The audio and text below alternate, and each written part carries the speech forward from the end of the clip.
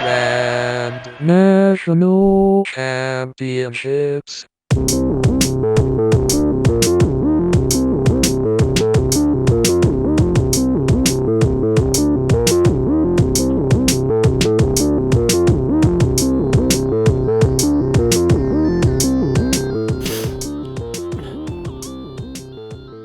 Hello.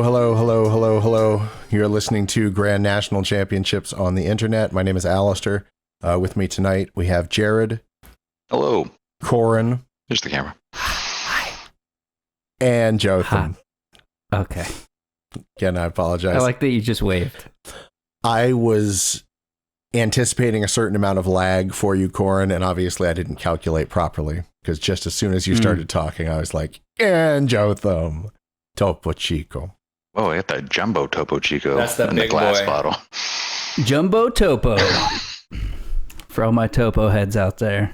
Did you order a gross of those bottles at Sam's Club? A flat. Flat. A pallet? Yeah. Yeah, a pallet. That's what I was thinking. You get a flat of berries, you get a pallet of Topo. Oh, a flat of berries. You have yourself a time. That does sound like a blast. Anyway. 15 years plus strong here on Grand National Championships. If you have anything you'd like to impart to us during the program, you can give us a email. Give it. us@thegncshow.com. Follow us on Twitter, Instagram, and most other social media outlets at The GNC Show. You can call us and leave a voicemail. Number 727-379-4335. And you can visit thegncshow.com for most other pieces of show-related information that you might need. I did post online about having people call in with their most disappointing concert experiences, and I have received a couple of calls. We'll see. We'll check on those near the end of the program, as we usually do for communication from the public at large. So, Jotham, how have you been in this last... Oh, by the way, sorry, Jotham, shut up. I forgot there's going to be a guest here on the program. We're going to be joined by them. Probably we'll just have like 15 minutes or so of the opening of the show, and then they'll join us and we'll pick it up from there. And they'll be with us throughout trivia and news and the rest of the program. So look forward to that in the minutes to come. Jotham, I'm sorry, you were saying, what have you been up to? I was saying, what have I been up to? The same stuff, really. Not that interesting. Pickleball the last 2 days. I'm enjoying that. That's a fun new activity for me. And I'm winning, so that's even more fun. Yeah, but against whom? Do you want me to name names? Yeah, drag them. Who are you beating? Ethan and Dan. Yeah, I said it. Ethan and Dan. I think I want in on pickleball. Have you guys... I think you do too. Have you guys been tracking statistics? Well, the first 2 games I played today, I seem to have forgotten how to serve. And I had this weird mental block about it, and then I just remembered, and I won the rest of the games. But I did lose the first 2. And you found this to be somehow related to my question about statistics. Oh, well, so lost 2, won 5. Wait, 1, 3. Individual stats, points, assists. No, we're just playing. I mean, We're just funning. Bill just James. fun. I mean, we're not in a league. Sabermetrics. Yeah, we need some no sabermetrics. metrics. How are you going to figure out who's the best if you're not using your sabermetrics? Well, I mean, I think I'm the best, but What's like a good pickleball stat? Like what's like what? Pickles per hour. If you had to pick a pickleball stat that was like that you excelled at, what would it be? I won 11-1 one of the games. Winning. So, okay. Scoring. Scoring. Yes. My highest stat is my winning one.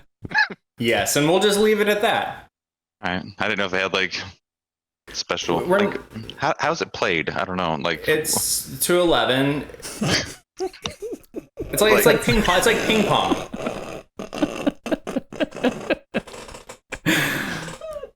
You can only get a point if you served.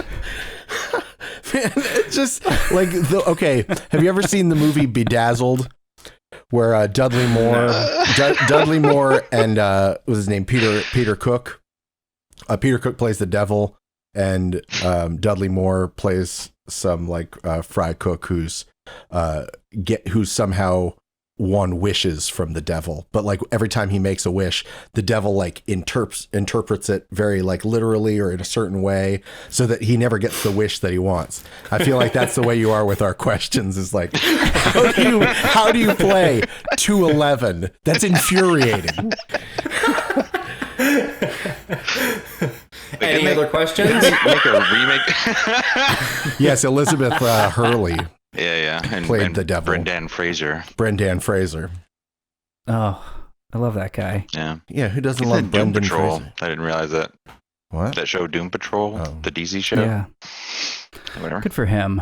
I'm glad I know as much about pickleball as I did before this program started. Yeah, well, You should come out and play. 211. Sure. How will I know that you're playing pickleball? If they stop at 11, Wow. that's a good sign. That's when you know we're done. I'll let you know the next time we play. All right. Still, Fair enough. It's actually it's popular out here in the Northwest too. There's a lot of people who play out here. There's pickleball like courts at most parks. Yeah. So you'll fit right in. Nice.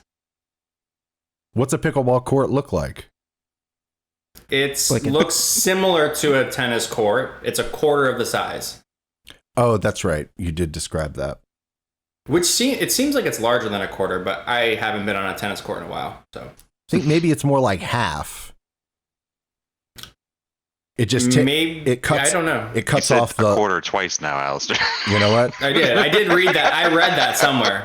I apologize. My answer was given, and I need to accept it.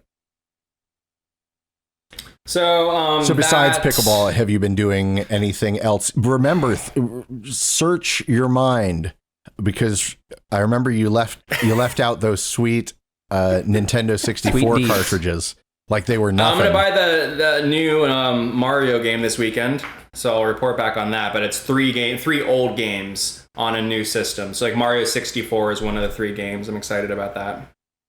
Watching movies. It's 64, Galaxy, and Sunshine. Yes, that- which I haven't that played right? Galaxy or Sunshine. So Yeah. Lucky dog. I've thought about buying a Switch now that the PS5 is coming out. Maybe there will be a drop in demand. It's supposed to be like Pretty a new old. HD Switch or something like a more powerful Switch supposedly coming out. So It's pretty exciting. Yeah. Jotham, do you remember that Video. time? It was the last band that we had in at the radio station before it was closed down for COVID-19. What was the name? Was that Photo Fire? Maybe. Is that what they were called? Younger. Photo Fire? Yeah, and Yeah. they were discussing the Legend of Zelda game that you had recently been playing, and you talked to them about it for a few minutes, and then I did. after we got in the other room, you were like, did I kind of sound like, hello, fellow kids? I also play these games. Would you like to discuss it? We have so much in common. I played that game a lot after that. Hey, I never thought that you were doing it just to posture as a cool. Hey, kid. what's their contact info? I gotta follow up with them. See how much did you play after that? How many hours What's your have you completion? logged? Let's talk statistics. Did you go all the way up to 11? What's your win rate? Pickles per hour. That's it. Still a good stat. Pickles? PPH. What if you had to eat a pickle between each game? What if? Oh, that's like What chess if? boxing. You know, where You eat a chess piece between each boxing match. chess boxing, you box for a round and then you play a certain number of moves of chess back and forth. Chess boxing. Isn't there samples about that in the first Wu-Tang Clan album? Yeah. I didn't know that's what that was about. Well, you know, it's I didn't know about it was literally chess boxing. it's about using physical strength and mental strategy, you know, back and forth. I mean, boxing is that too. Yeah, But boxing. you gotta find two people that are good at both of those things, right? Yeah, For it to be fun, yes. That's why it's such a good contest.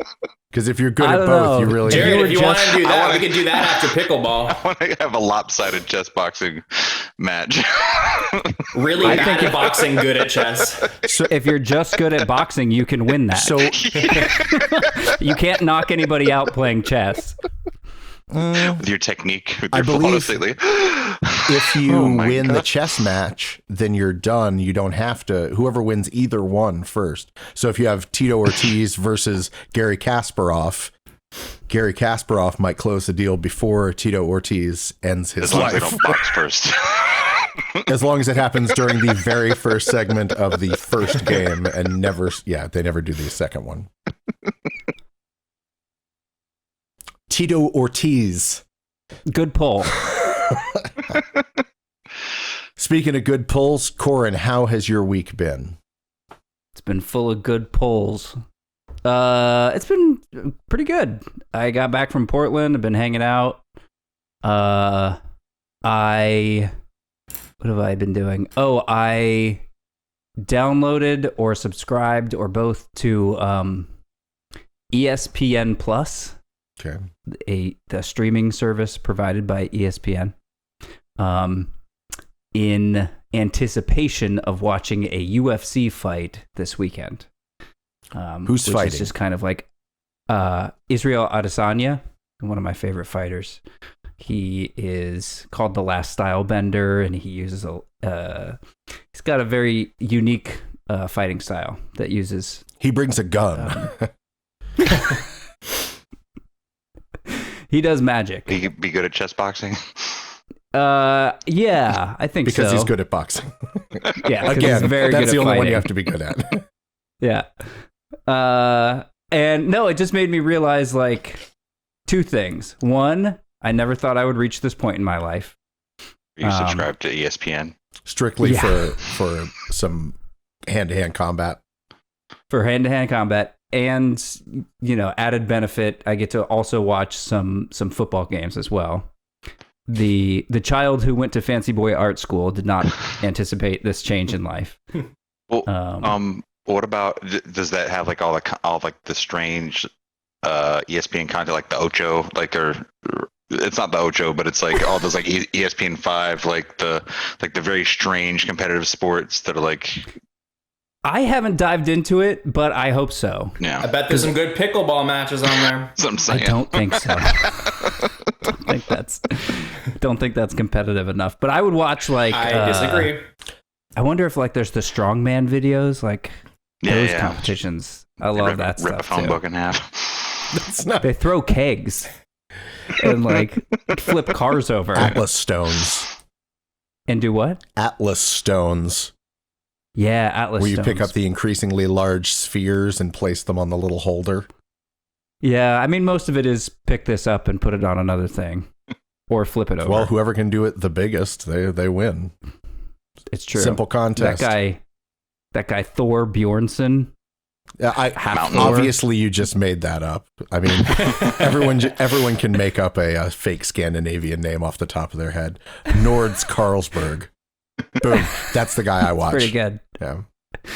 Bobson Dugnut. Stop mentioning Pops and Dugnut. No, he played the Mountain on the Game of Thrones. He is featured in there too, along with Eddie Hall. He's another one of my favorite strongmen. Large man for sure. Yeah, he's a square peg. Yeah. Jamie Gertz? Was that the actress from Square Pegs? Sarah Jessica Parker? I don't think I ever watched that. Yeah, your recall is better than ours. Recall. Corin, I have a question. Sure. When this podcast started out as a podcast exclusively when we moved over from radio, you had a strong interest in presenting a new cheese every week, primarily to Jared, but for all of us to learn about. Where have your cheeses been, my friend?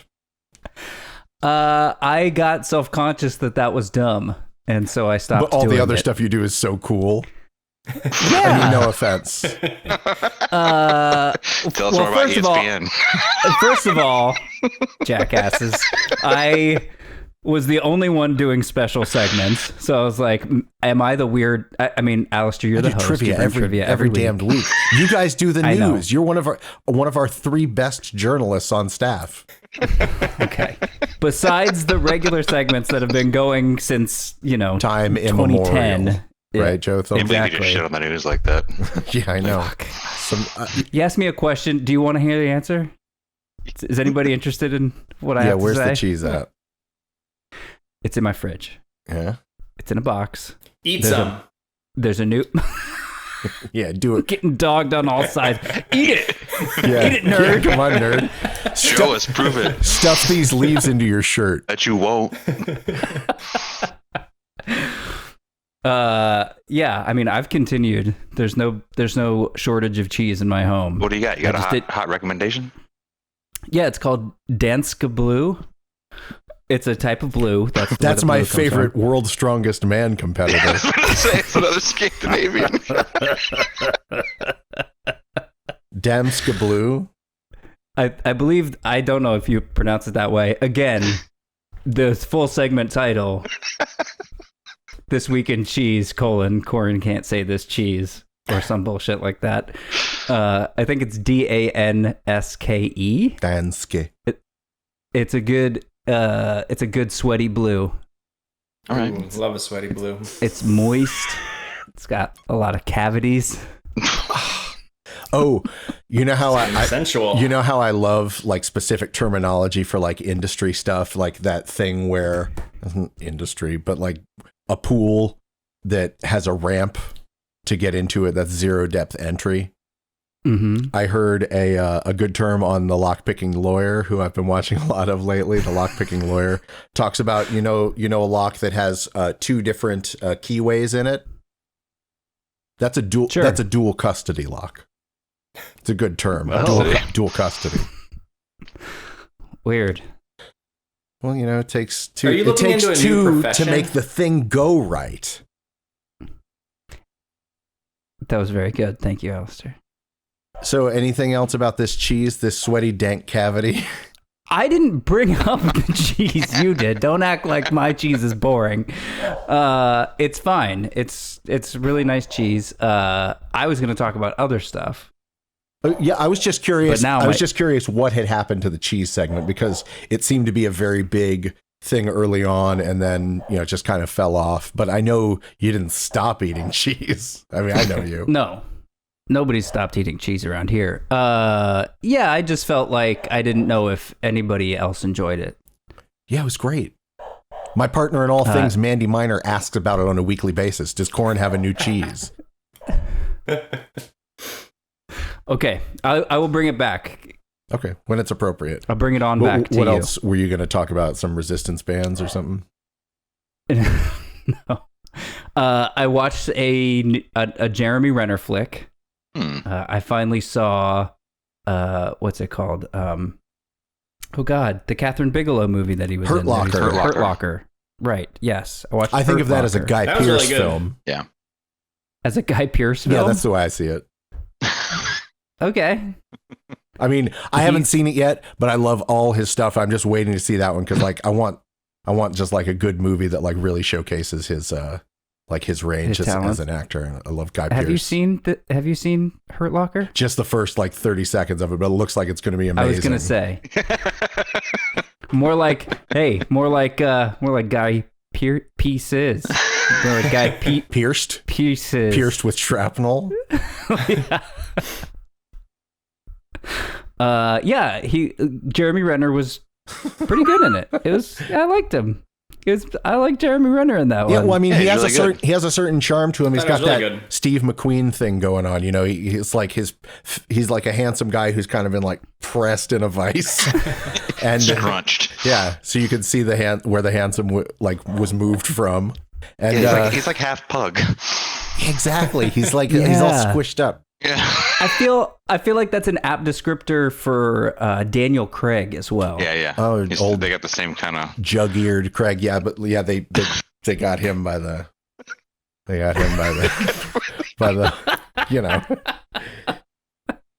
Got him by the ears. What? Probably heard the sun What come up this for? morning in the big ass ears. That's funny. Ear Not jokes. nice. None of us have like super crazy big ears, do we? Okay. I don't know. No one's My taking dog offense does. right She's now. going crazy right now. Pig can't stand it. She's losing it. Oh. All right. Yeah, that's been my week. Okay, jeez, sorry. I'm offending everybody. All right, hey, our guest is in the waiting room. Should I let them in and we'll just continue going around the horn, but we'll just give a quick hello to them? Sure. Does that sound good? Because it is after the time I told them to meet up with us. Great. All right, I'm letting them in now. Bring We're them gonna be in. joined here. Let's see if they're ready. By Yaago Anax. Yaago, Prince Midnight. Currently connecting to audio. We've got Yaago joining us. Hello, sir. Oh, getting earbuds installed. Connecting from his home studio. This is Yaago Anax, aka Prince Midnight. Prince Midnight, can you hear us? All right. How you doing tonight? Great. You may know Yaago Anax by his musical moniker Prince Midnight. Been part of the music industry for many years. Prominent vibraphonist, numerous genres, and a composer of various types of music. Yaago, we are. Am I pronouncing your name correctly, by the way? Yeah. Okay. Very verbose, Yaago Anax. Yaago, we are just going around kind of checking in with everybody right quick, if you don't mind, just kind of who are all these guys? sitting along. I'm Alistair. We've been in contact at least through your PR team. We have Jotham with us. Jotham, say hi. Hey. We have Corin. Jotham. Corin is here as well. Hello, Yaago. Hey. And Jared here as well. There's Jared. Nice to meet you. Are you guys all co-hosts, or is it like everyone a guest, or what's the deal with that? We're all co-hosts. You know, Okay. I kind of corral things for the most part, but these are all co-hosts. They've all been co-hosts on the radio show where we did Grand National Championships for about 15 years before we started just as a podcast. So Okay, so you brought the whole team back together. brought the whole team back together for the first band time. is back together. Yeah.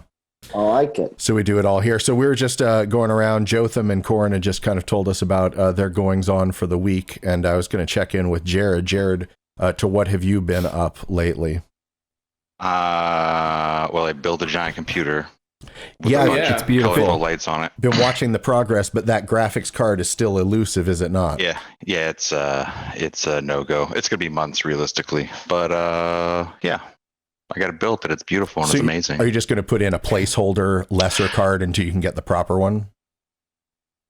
So I went to Are you Best too Buy. proud? I went to Best Buy and I bought a video card, but I'm gonna return it in 29 days. Mm-hmm. If they pull So Smart move. hopefully in 30 days I can find the one that I want. But yeah, so if they it's working. pull this audio, they could confront you about this fraud. Oh, right. Not Damn it. fraud. It's well within the bounds of it's all above board. I checked it. They signed up for it. I saw a very strange movie called Saturn 3 Okay. with Kirk Douglas, Farrah Fawcett, and Harvey Keitel. It's a sci-fi movie that takes place on a space station, and it has an evil killer robot. But the weirdest thing about it is like Harvey Keitel. I couldn't figure out like what was wrong because I was watching like why is this so strange? And I had looked up the notes, and they actually overdubbed Harvey Keitel's voice with somebody who's doing a mid-Atlantic accent. Oh, like an old fashioned like 50s, like, oh Yeah, my yeah. God, here we go. He's kind of supposed to be rich, see? He's kind of supposed to be, yeah, I'm here to put this robot here and take your job. Did he use a lot of like slang terms? He was like, she had gams all the way up to her peepers. Yeah, not so much the Bacon slang, biscuits. just the accent. So it was just like really strange to hear that voice come out of Harvey Keitel, who's, you know, He has a fairly recognizable voice. It's fairly distinct. Yeah. It must be some kind of flim flam. What year is this movie from? Saturn 3. 81, I believe. 1981. I think.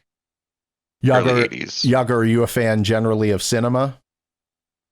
Yeah, I watch movies. Was this? I was just kind of trying to envision the kind of robot. Was this like a like so Robbie the robot, or then you have like the more sinister ones from like Battlestar Galactica? So it's a like 8-foot tall robot with a bunch of tubes where liquid is being pumped through, and then the robot's name is Hector. All right. Well lubricated. Well lubricated robot, and he has a very tiny head, so it's like this giant monstrous body, and then the head is like a tiny little insect head on, like, it looks like a little boom that is the neck, so it's like this giant hulking thing with a little head with little eyes that kind of like look around and are kind of strange, mantis like. Yeah, before it rips somebody to shreds. Like, yeah, Saturn 3. So does it just like he just like pulls them apart because he's a Like big a phone hulking book. robot? yeah, pretty much. I think that they don't show him pulling somebody apart, but they show like the aftermath and raggedy flesh hanging from his claws as he's like walking around. But yeah, it's implied that he just pulls people apart, kind of like, It's my favorite finishing move. But yeah, other than that, I also watched a fish called Wanda, which I'd never seen. Oh. I wonder how that would hold up in my mind. Did you find that to be entertaining? This week. Oh, Yaago. Oh. Wait, man. you had a Sorry to fish bring that die? up. I was able to. I thought a beta fish was like impossible to kill. I had one die in like a week. I thought they lived in like a puddle in your backyard. So, do you feel like there was anything wrong with the way you kept it, or do you think you just maybe had a sick fish? I have like a Victorian era fish tank, and so it doesn't have like aerator or any of the kind of things you'd have in a modern fish tank. It's just like cast iron Egyptian revival. So you typically put a fish in there that doesn't require a lot of upkeep, and so I thought a beta would be great, but he died. So does it have any means for manual aeration? Can you hook it up to a wheel or something? No, but I was under the impression that a beta, when you go to the store, they're just in those little buckets, so they don't have any air. So they said it'd be fine, but he died in like 2 weeks. So I flushed him down the toilet, and unless he faked it, like now he's just living To life. escape. What was his name? What was his name? His name was Captain America. His name All was right. Captain America. Yeah. His name Was Captain America. We speak your name, Captain America. As long as we continue to say Captain America, as long as we say his name, he's not forgotten. I like to think so. Thank you, guys.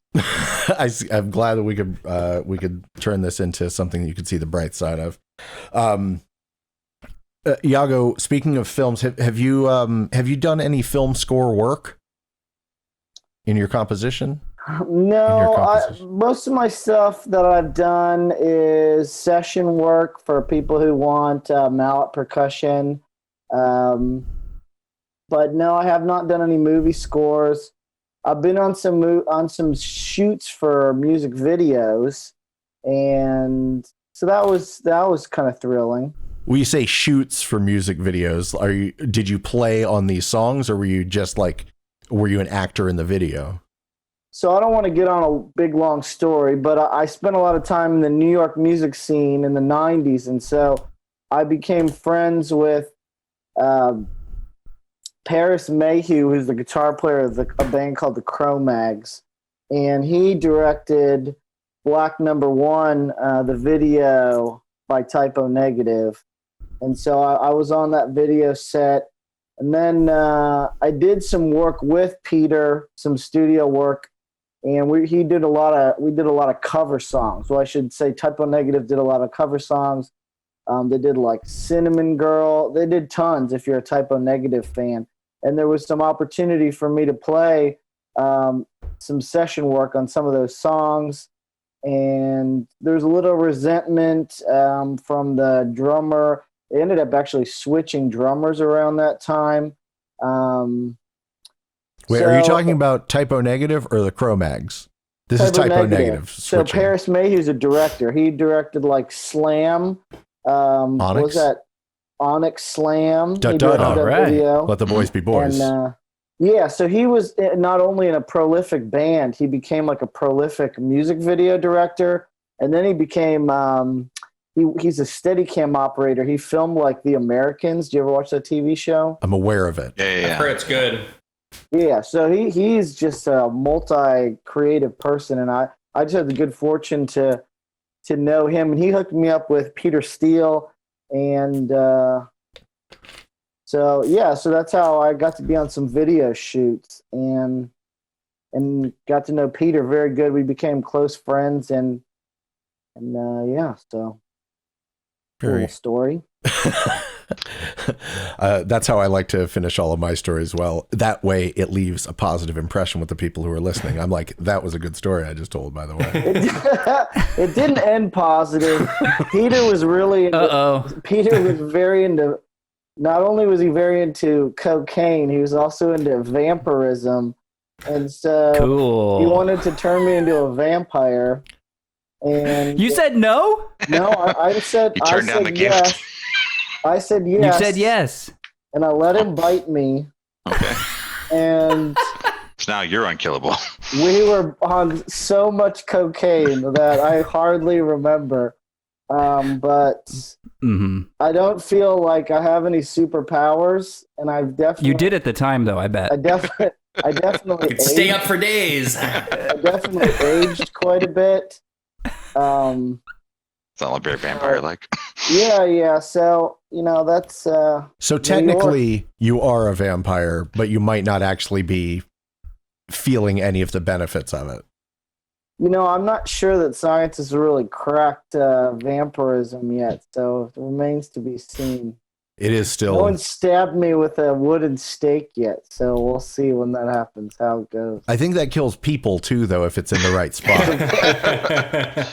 I visited Dracula's castles in Romania. This is a true story. Sick.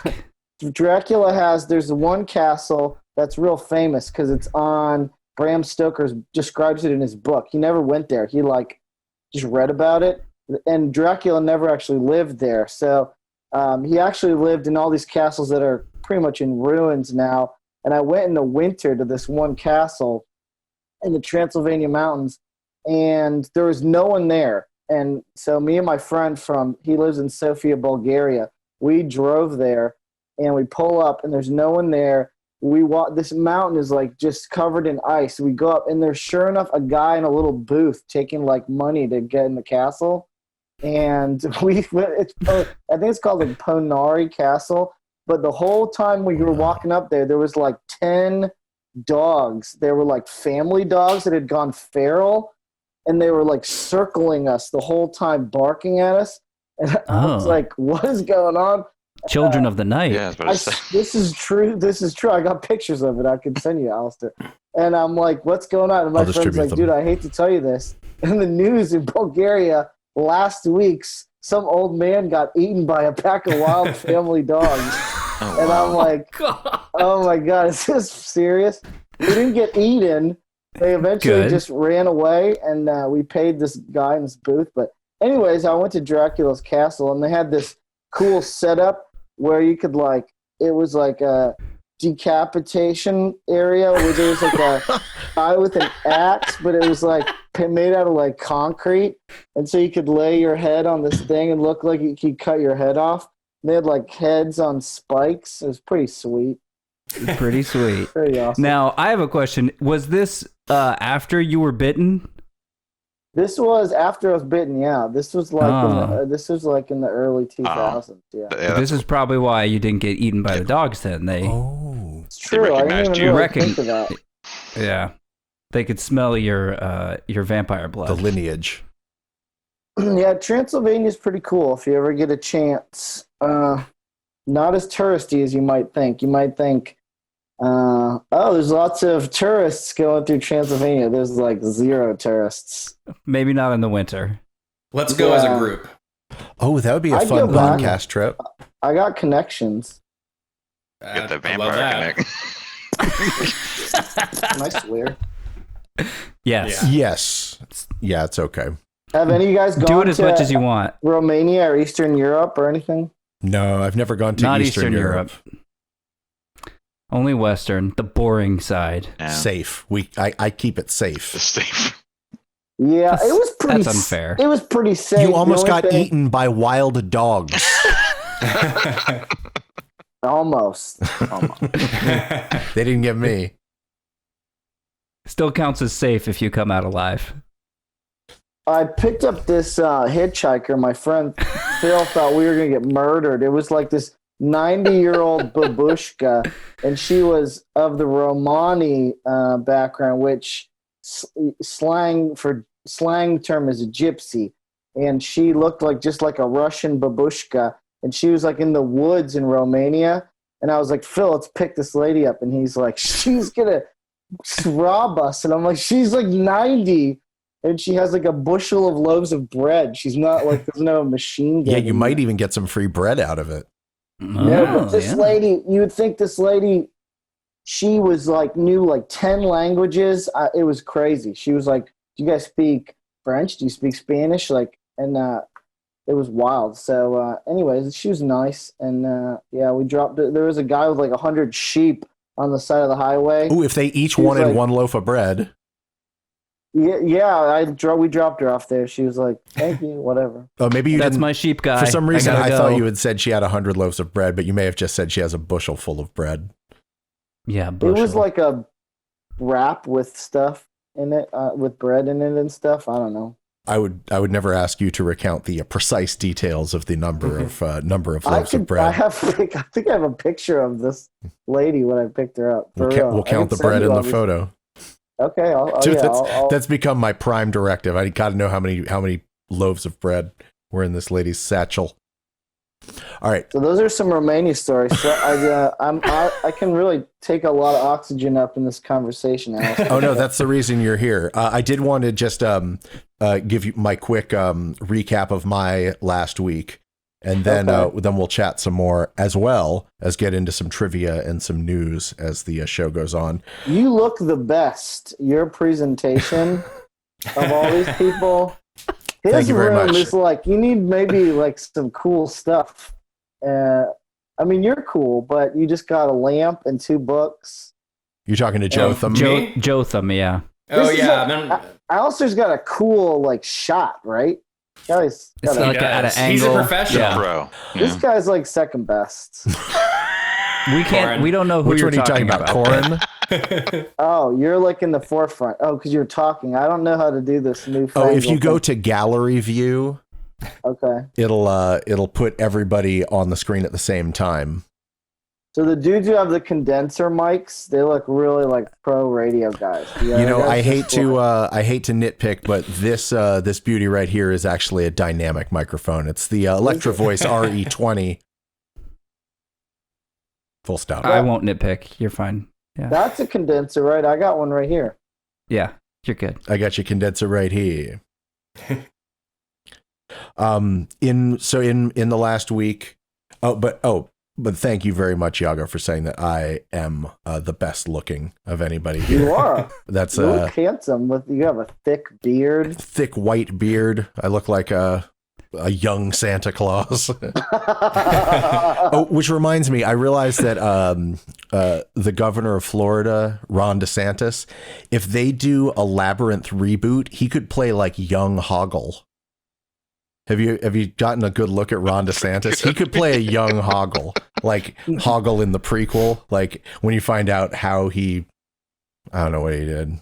I don't know how he got into whatever situation he did, but we could write that. By the way, we're writing it. Sorry, guys. Let's bring Okay. it on you. Fan fiction. So I just wanted to update you on some second grade questions. My my youngest step, my partner in all things Mandy Miner's youngest child, Clara, is in second grade and regularly gets kind of unrelated questions from the rest of the class that she attends virtually. At the end of the morning meeting sessions, the teacher will list the things that are going on during the day and then open up the floor to questions. And there's one particular kid. Now it's kind of, there are a couple who ask really great questions. After talking about the classes today, the testing today, and what exactly the kids need to do, the question was posed, are we going to do anything important in October? Which I thought was great. That's kind of general for the daily meeting. One person asked, did I miss anything? Which, again, that's a tough question to answer if you have to kind of put yourself inside another person's head. Why do you have a background? This is to the teacher. Kind of suspicious. Maybe they think something might be going on behind the scenes. Yeah, what are they covering up? Can we hang up now? That's a good question. I would ask that every week too. And there was an open house tonight that again was attended virtually, started at 6 p.m. And one of these kids says that they go to bed at 6:30, so they're not going to be able to go to make the open house. 6:30 in the evening, this kid says they go to sleep. Beautiful. But then they asked if they could have the open house at 8 p.m. instead because they're going to sleep at 6:30. They're up by 8. This kid's all over the place. Unreliable. They're like, didn't like Benjamin Franklin like sleep like 2 hours and then be awake for 6 hours and then go back to sleep for 2 hours? He did like micro sessions of sleep, said it maximized his productivity. Was he doing a 25-hour workday move? That's too many hours. No, haven't you seen people who do that thing where they get on like a 25-hour cycle that eventually like laps around just to see how does that work? You just operate as though the day has 25 hours and every day is offset by an hour from standard time. I didn't say it was easy or what good it does. I'm just saying it's happened. Yeah. I need a chart. Yaago, have you ever experimented with time dilation or with operating in a different time space from normal society? It sounds like your time with Peter Steele might have been like that. Yeah, hanging out with Peter Steele is like being in space. You come back and you're like, everyone else is aged, but you still stay young. Oh, it's like you flew next to a black hole. Yeah. There's like a time issue just if you're in the space, like you age slower. Not just the black hole. Yeah, but I think it's black hole. Yeah, I feel like it might be an almost immeasurable amount if you're, say on a trip within this solar system. It has to do with the speed you travel, right? The speed and the gravitational pull. Yeah, the closer to the speed of light you get, the slower the effects of time would be on you. Okay. Corin says he's got the most advanced degree of anyone here. The black here. hole is the way to slow things down. Okay. Make note of that. Clara, my second grader, I refer to her as my second grader. She recently discovered the birds. I told you on it was streaming on the Peacock streaming platform, the NBC platform. And it's only around for like another week now or something. When we first discovered it said like 28 days left to watch the birds. So she's watched the birds like a half dozen times in the past couple of weeks. She's really into this like nearly silent movie where nothing happens for most of it. It's so boring. As a kid, I was also kind of obsessed with the birds though. Just the idea of it, like, oh, what if the birds get you, And she seems to have really latched onto that. Although she's put away the birds for the past few days, and she's been getting really into the show Royal Pains, which is like one of those like USA Network shows, and it's about like a traveling doctor in the Hamptons. Yeah, a rich people doctor. Yeah, a concierge physician. And for some reason, Clara has just gotten like obsessed with this show. Like whenever she's taking a break from school or like eating a meal or something, she's like, Royal Pains? Can we watch Royal Pains? It's like, sure, man, we can. I think it's like she has like unrealistic expectations of healthcare. Like when she grows up, that she's going to have like a concierge doctor. That's what I'm worried about. Yeah, I saw a commercial for that today. For Royal Pains or for? Yeah. Now I know what you're talking about. Yeah, it's like the doctor for royal people. Well, yeah, for richos in the Hamptons. Now, what I'm thinking is that maybe she'd be into some of the other, like, she might be into, like, Burn Notice. I'm thinking that she would be really into Monk. That maybe she might like something like Monk. I'm trying to... Characters welcome. I'm going to try and turn she her on likes the TNT lineup. to some of the lesser, kind of slightly dramatic shows. Like maybe she could watch The Closer or something like that. Or that Blacklist with James Spader. Oh my God. Have you ever actually watched Blacklist? No one has. Is it rough? God. It's rough. Yaago, these are all like shows that I am convinced don't actually exist. They're just like names on advertisements. It's 45 minutes of James Spader like hamming it up as hard as he can ham it, and it's not good. He can do it hard. He can do it real hard. Yeah, he's got some ham muscles. And they animated the last episode of that show or something because you see of that? COVID. They prevised it. I heard about it because of COVID. They just like animated it, and it looks like PlayStation 2 graphics. Cool. Yeah. I want to watch that out of context. Yaago, are you much of a TV viewer?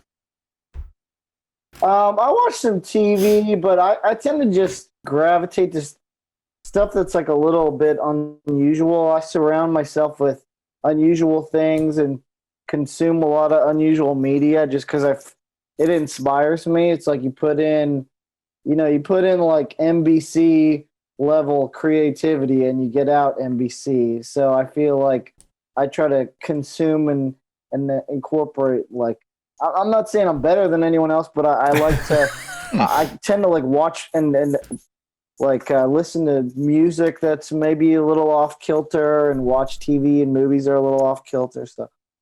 Yeah, I do. I'm trying to think of what I've been watching lately. You into any of the classics, the Tales from the Dark Side? If we get into stuff like that, Twilight I remember Zone. I really liked Naked Lunch, the movie. Did you ever watch that? The movie or the book? I love the book and I love the movie, and I love them both, but they're a little bit kooky, and that's the kind of stuff I like to put through the kaleidoscope here and then get inspired by it, you know? That makes sense. Garbage in, garbage out. Yeah. That wasn't meant to refer to what you actually produce, but No, That was garbage. rough, I like Alistair. garbage. Quote me. I used to get donuts out of the dumpster at Krispy Kreme when I was younger. You know, they throw all their donuts away at the end of the night.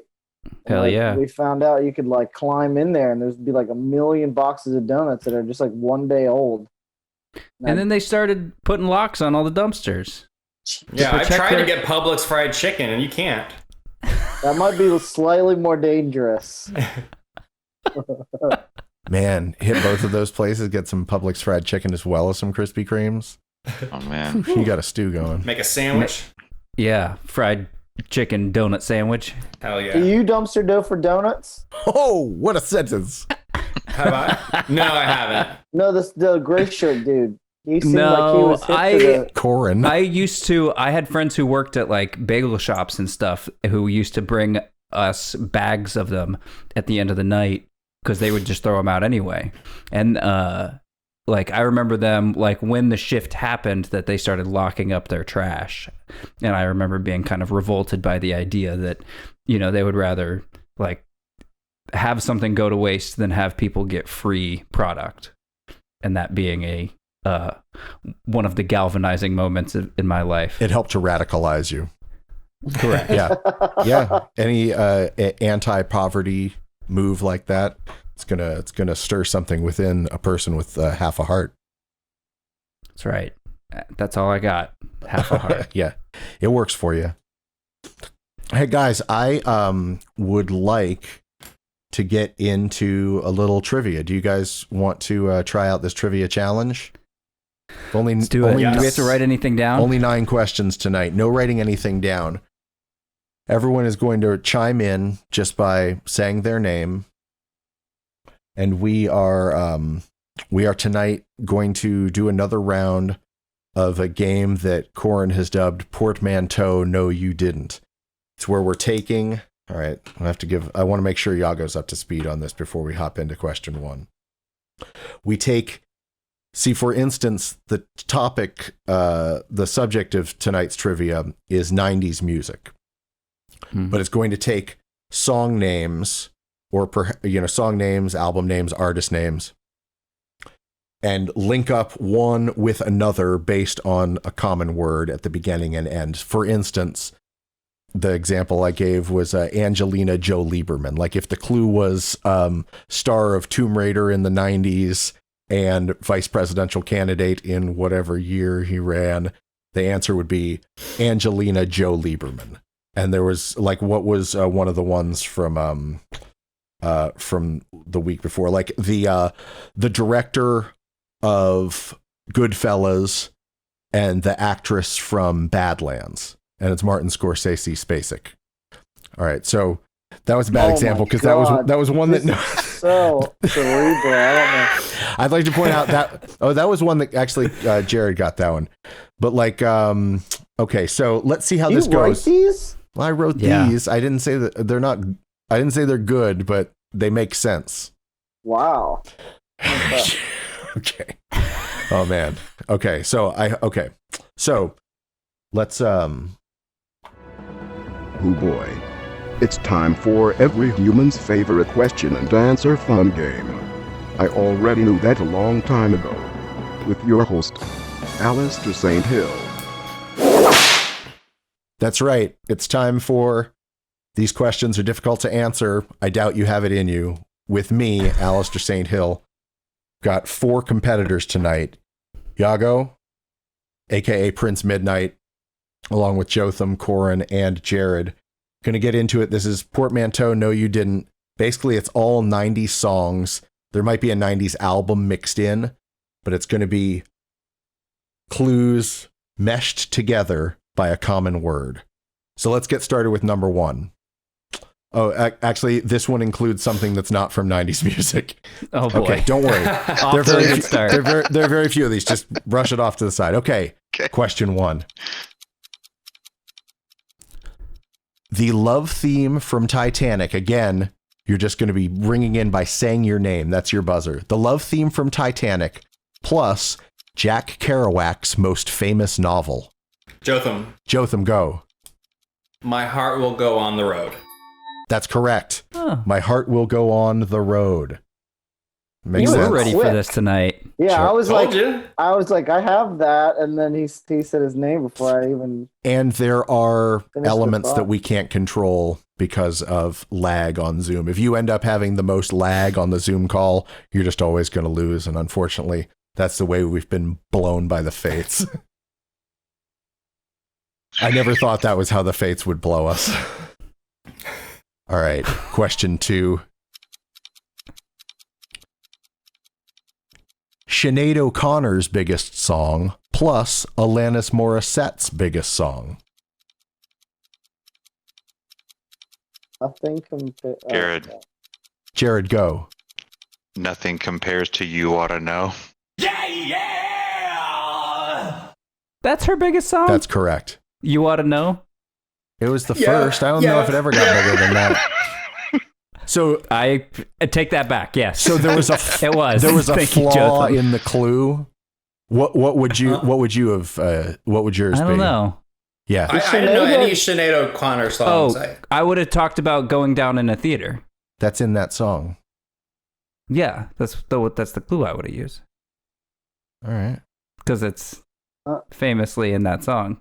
Okay. Well, next time I'll bring up the blowjob. That's stuff. you. All right. Did she die yet? Because she was gonna die for a long time, and then I don't think she actually did. I right? don't remember her planning to die. She was in the news like every week. Like, are you talking about Sinead O'Connor? Yeah. Sinead O'Connor was not well. Yeah, I thought you were talking about Alanis Morissette. Fine. I know Sinead O'Connor was not well, maybe from a mental health standpoint, but I don't believe she was in danger of dying necessarily. I think she went missing actually at one point. They were like, she's in danger.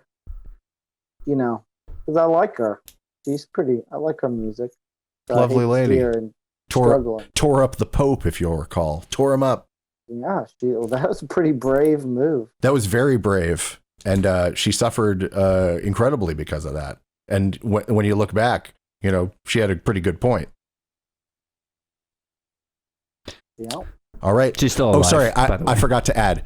That was a good story that I just told. That was a good story. I'll say it for you so you don't have to feel like stupid for saying it. Thank Christ somebody's here to not make me feel stupid. Jared, did you get that one right? Who got that? I got that one. He did. All right. He did. Yeah, he got that. All right. Question 3. Okay. Oh boy. Now, I like They're this. not 90s. this one, everything's 90s. I think everything's 90s. Something might Except the first something one. might be 80s. It might. And this I think one. it's 90s though. But it breaks the rule. It follows the spirit of the game, but not the letter of the game. It does not Okay. mash up exactly right. But I feel like someone here is going to get the answer correct. I'm glad you spent a lot of time to make sure that your questions fit into these very loose rules that you already have. Arrow. Sorry. Oh, don't be sorry. You're adding so Don't much. apologize. Aerosmith's Armageddon soundtrack smash plus Tone Loc's signature single. Aerosmith's Armageddon soundtrack smash plus Tone Loc's signature Jared. single. Jared, go. I don't want to miss a wild thing. That's correct. Wow. I don't want to miss a wild thing. So again, you see, follows the spirit of the game, but not the letter of the Sure. game. Right. So More of everybody's a mashup. It's kind of like I've mashed up on a secondary level, tier 2. Tier 2 mashups. Okay, everybody still feels comfortable. Question. Yeah, yeah. Question. I like the movie Wild Things. Did you ever see that? That was the Oh, one yeah. with Denise Denise Richards. Yeah, and yeah. Nev Campbell And Nev Campbell. and Matt Dillon. And the other guy. Who was the other Who's the guy? other guy? Woody Harrelson. I don't think Johnny so. Depp. Kevin Bacon? That sounds right. I think it might be Kevin Bacon. I think it might be Kevin Bacon. Anyone want to fact check that? I promise I won't start the next No. question. Okay, nobody. All right. Question 4. Got Jared with a 2-1 lead over Jotham, Yaago, and Corin. Yet to put numbers on the board. Question 4. Sir Mix-a-Lot plus time travel movie franchise. Maybe got Back to the Future. I'm going to give Yaago that one Yeah, there you go. because his enthusiasm delighted me. Yeah. And I feel like for the first time, he's like fully into this game. Now he's feeling it. I got really excited. and I Yeah, dropped my your headphone. headphones just popped right out. All right. Jared going into question 5 with a 2-1 lead, leaving only Corin in the dust. No points. Question 5. Slow today.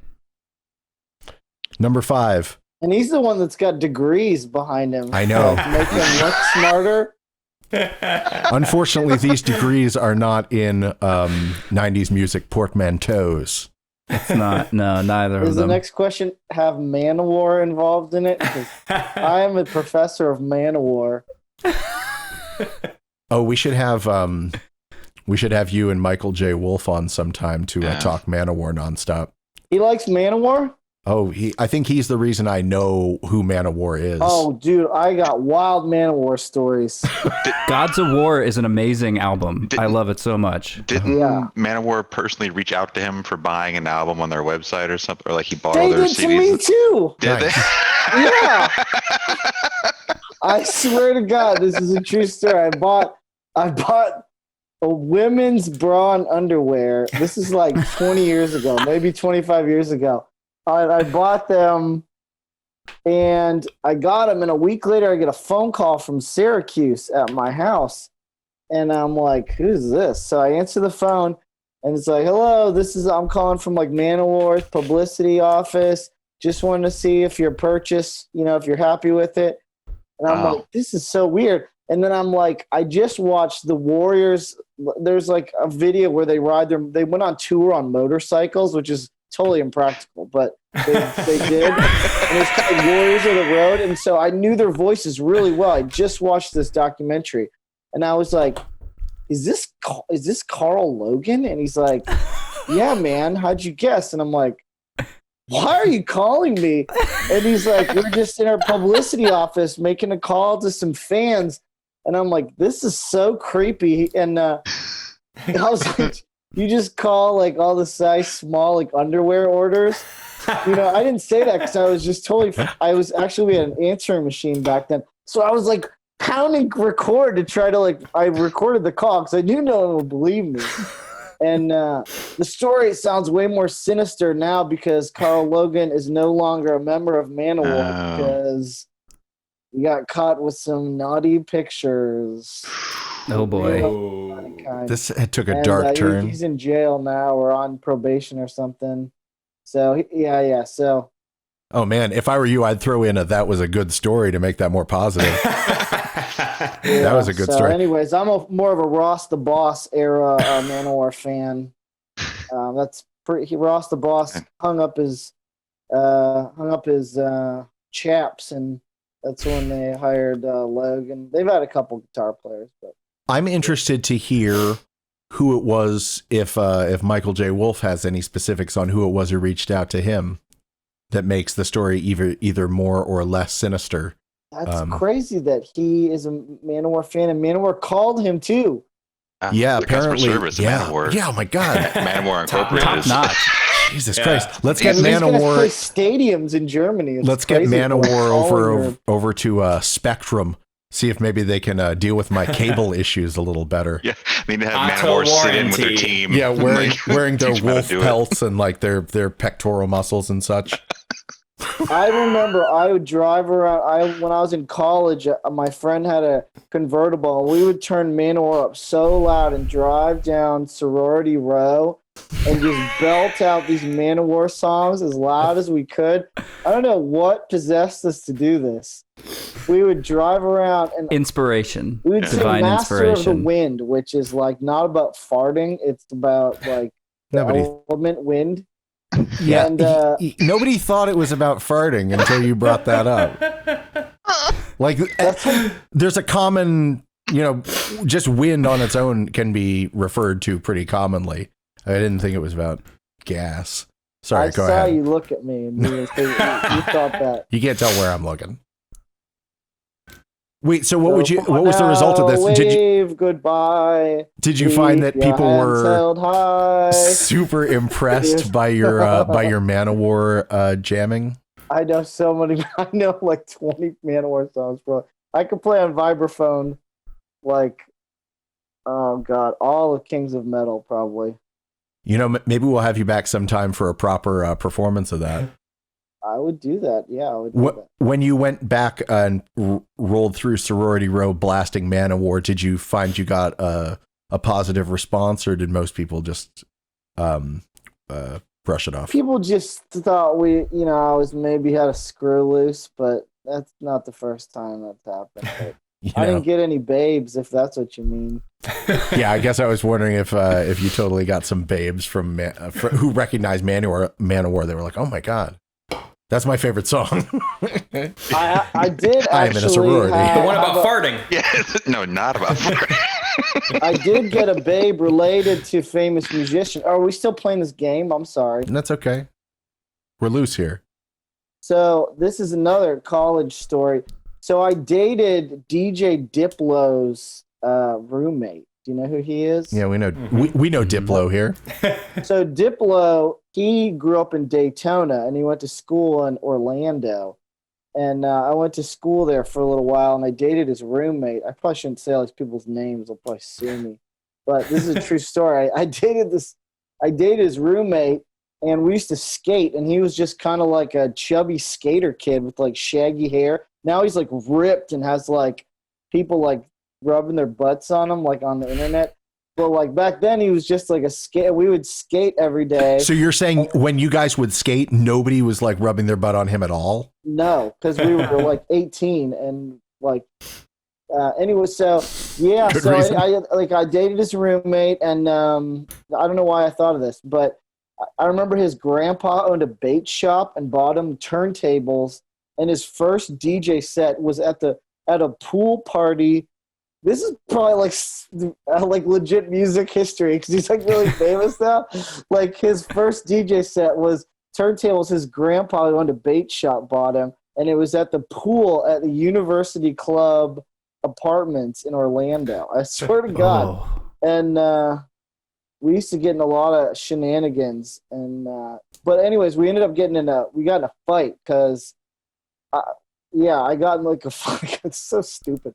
Over his roommate like talked him into dumping me. He was like, "Oh, Yaago like did this or whatever," and she dumped me. And when she didn't tell me initially, and she finally told me. And I'm not a violent person, but I was like, I'm so mad at his name's Wes Pence is his real name, Diplo.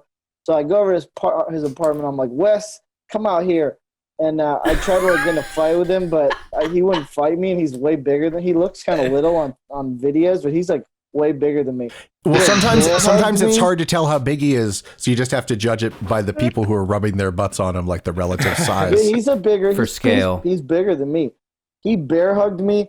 And I was like, God, and I was like wanting to fight him, but he wouldn't fight me because I was just so mad. I'd like to correct you. I feel like he did fight you and he won. No, because so I'm not proud of this. I'm saying like I'm like telling it like it's funny, but like this is probably the only fight I've ever been. I was in one other fight at a pool hall once, but that's another story. So I headbutted Diplo at this point. No. I headbutted him, and his tooth fell out. Straight up fell on the ground. That's serious. And I was like, oh, shoot. And I felt like really bad because this guy was like my friend, but I was like mad, you know. I didn't want to like maim him. And he was like, ah! And he got down, he picked his tooth up, and he ran inside. And I was like, oh, man, I didn't mean for this to happen. I just thought we'd like wrestle a little. That's like serious financial responsibility. Put it in a thing of milk, and he went to the dentist, and they put it back in, and then I never hung out with him again. Obviously, we were like enemies after that. And then like 10 years later, someone's like, "Hey, Wes is like a famous DJ now," and I sent him a Facebook message, and he never responded. Now, That's had too you bad. heard the name Diplo without realizing it was Wes before that? So In the interim? it was like a slow process. It was like I remember he got the DJ set, and I saw him DJ, and he was just playing like De La Soul at the pool. It wasn't like he wasn't like or anything. He was just like playing records On turntables that smell like shrimp. He was the first skater I knew that was into rap, which was kind of because like when I was a kid, skaters were like into metal and punk, and then I met Wes, and he's like, "Oh, I listen to like De La Soul, and I listen to," and I'm like, "What kind of who's this weenie that doesn't listen to like Black Flag?" You know? But turns out the trick was on me there. But what did you ask me about? What did you ask me? I forget. Oh, I was just talking about how his turntable smelled like shrimp, and whether you had been aware His of. grandpa owned a bait shop. I swear to God. And what did you ask me? Something about him? What about his trajectory? No, someone told me he left Orlando and went to like some state up north, and he got like a real popular like underground like DJing thing. And I was like, oh, cool, good for him. And then someone a couple years later was like, oh, he's like MIA's DJ, and he's like touring with her. And I'm like, okay, cool. And then all our old buddies went to go see him at a show or something, and he like cool guyed everyone. And so Big time, Jim.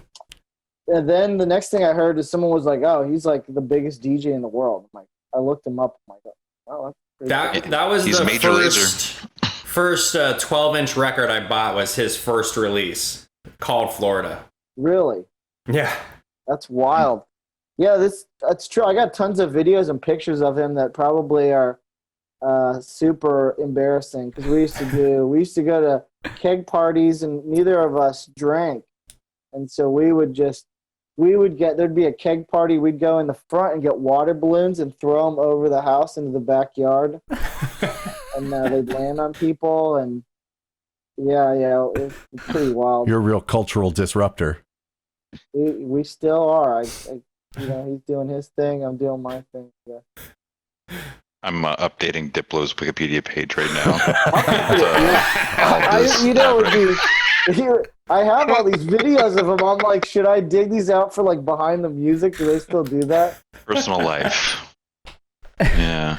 Lost front tooth. Oh my God, you're mentioned by name. Yeah. Wes Pence is his real name. Yes, that's what it says. That checks out. Thomas Wesley Pence. And his grandpa owned a bait shop in Daytona. Say anything about the bait shop. Bait shop. You knocked out Major Laser's tooth. His grandpa owned a bait shop and his first concert was at the pool at University Club Apartments. We had helicopters come there so many times for stuff we did.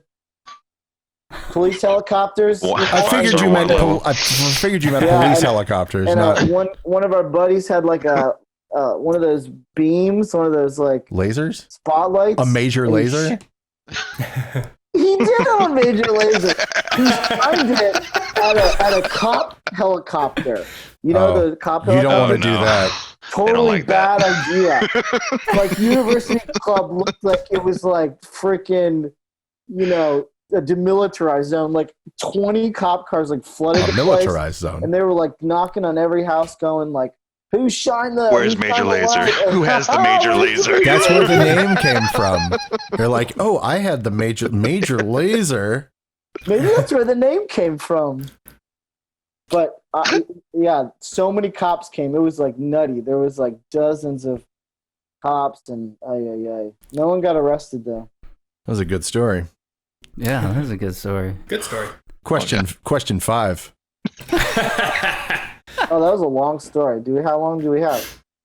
You need to All be night, here for baby. another 3.5 hours. You gonna be okay? I'll send you some Major Laser. I'll send you some videos and Send the stuff. vids. I want to see them. Yeah. Try to get some. We'll do insert whatever them. You want with them. I don't want anything. We'll insert them into the program. Get some extra views. Wes couldn't even do like a kickflip, so they're not very impressive. Oh, Sick burn.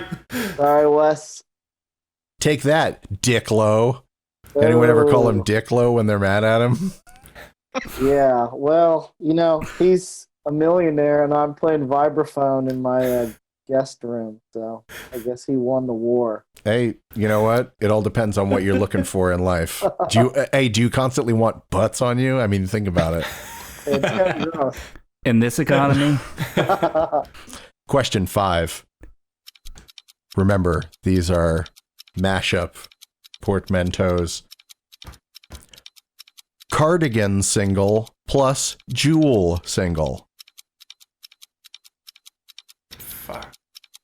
Oh, someone said fuck.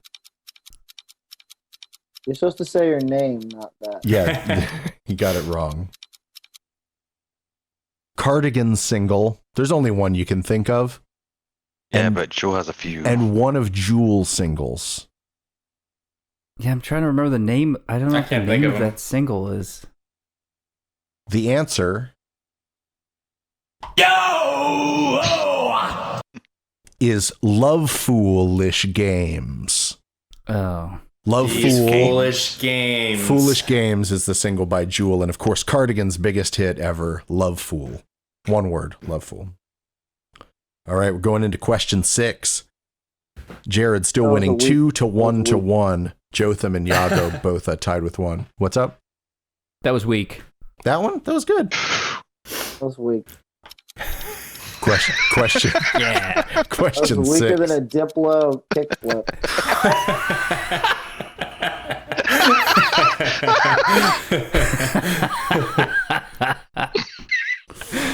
Sick burn. You got dragged.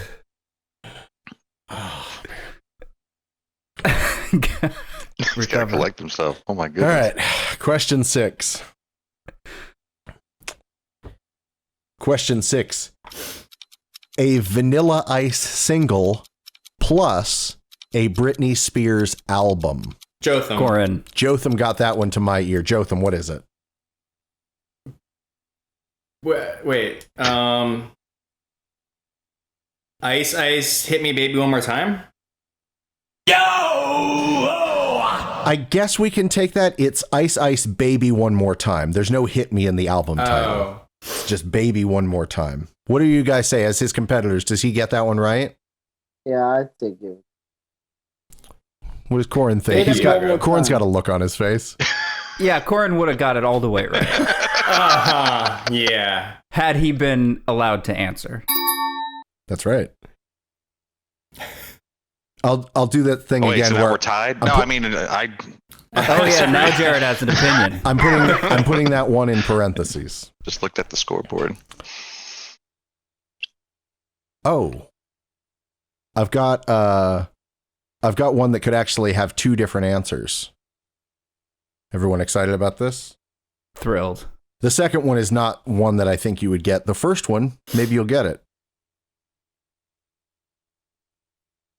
Pantera breakthrough album plus Public Enemy song.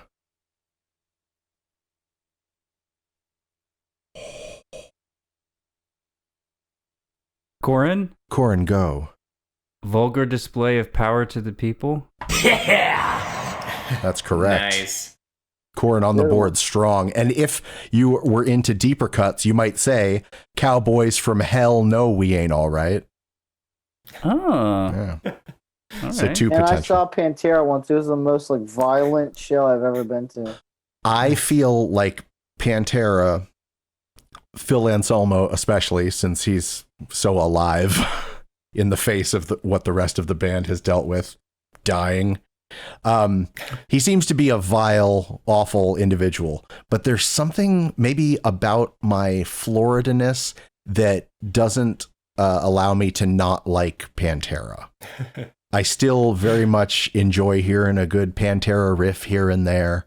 I mean, I'm not going to wear a shirt or anything, but I mean, I'm not going to wear a Pantera shirt. I'm always going to wear a shirt because I'm ashamed of my body. To say hi. Yeah, I would give him the high hat. I would do what Diplo did when he came I guess back. that's Phil Anselmo. That was the best Phil Anselmo impression I've ever heard. It's pretty good. Maybe he could come up to do a guest trivia thing someday. Lorne Michaels would give you a thumbs up. Oh man, what if Put it on your reel. What if a regular on Saturday Night Live started doing a Phil Anselmo like update during the news segment on Saturday Night Live? It would go something like this. Question 8. You have any good impressions, Alistair? Yeah, I got some impressions. Who we got? Name someone, I'll do an impression of him. Sylvester Stallone. Yeah, hey. Old Sly Stallone. Genius. Hey. Oh, come on. Right. He's like an old video you can watch online where it shows his wiener. That's pretty cool. I feel like I've heard about that. Maybe I've even seen about that. That is pretty cool. Yeah. You know what? Einstein. Not enough people have old wiener vids online. All right, I'll do one more impression. We all need one. Somebody New name someone. vids, they're like everywhere, but old one. Vintage. I got one more impression left. Who's got a name? Michael Corleone. I'll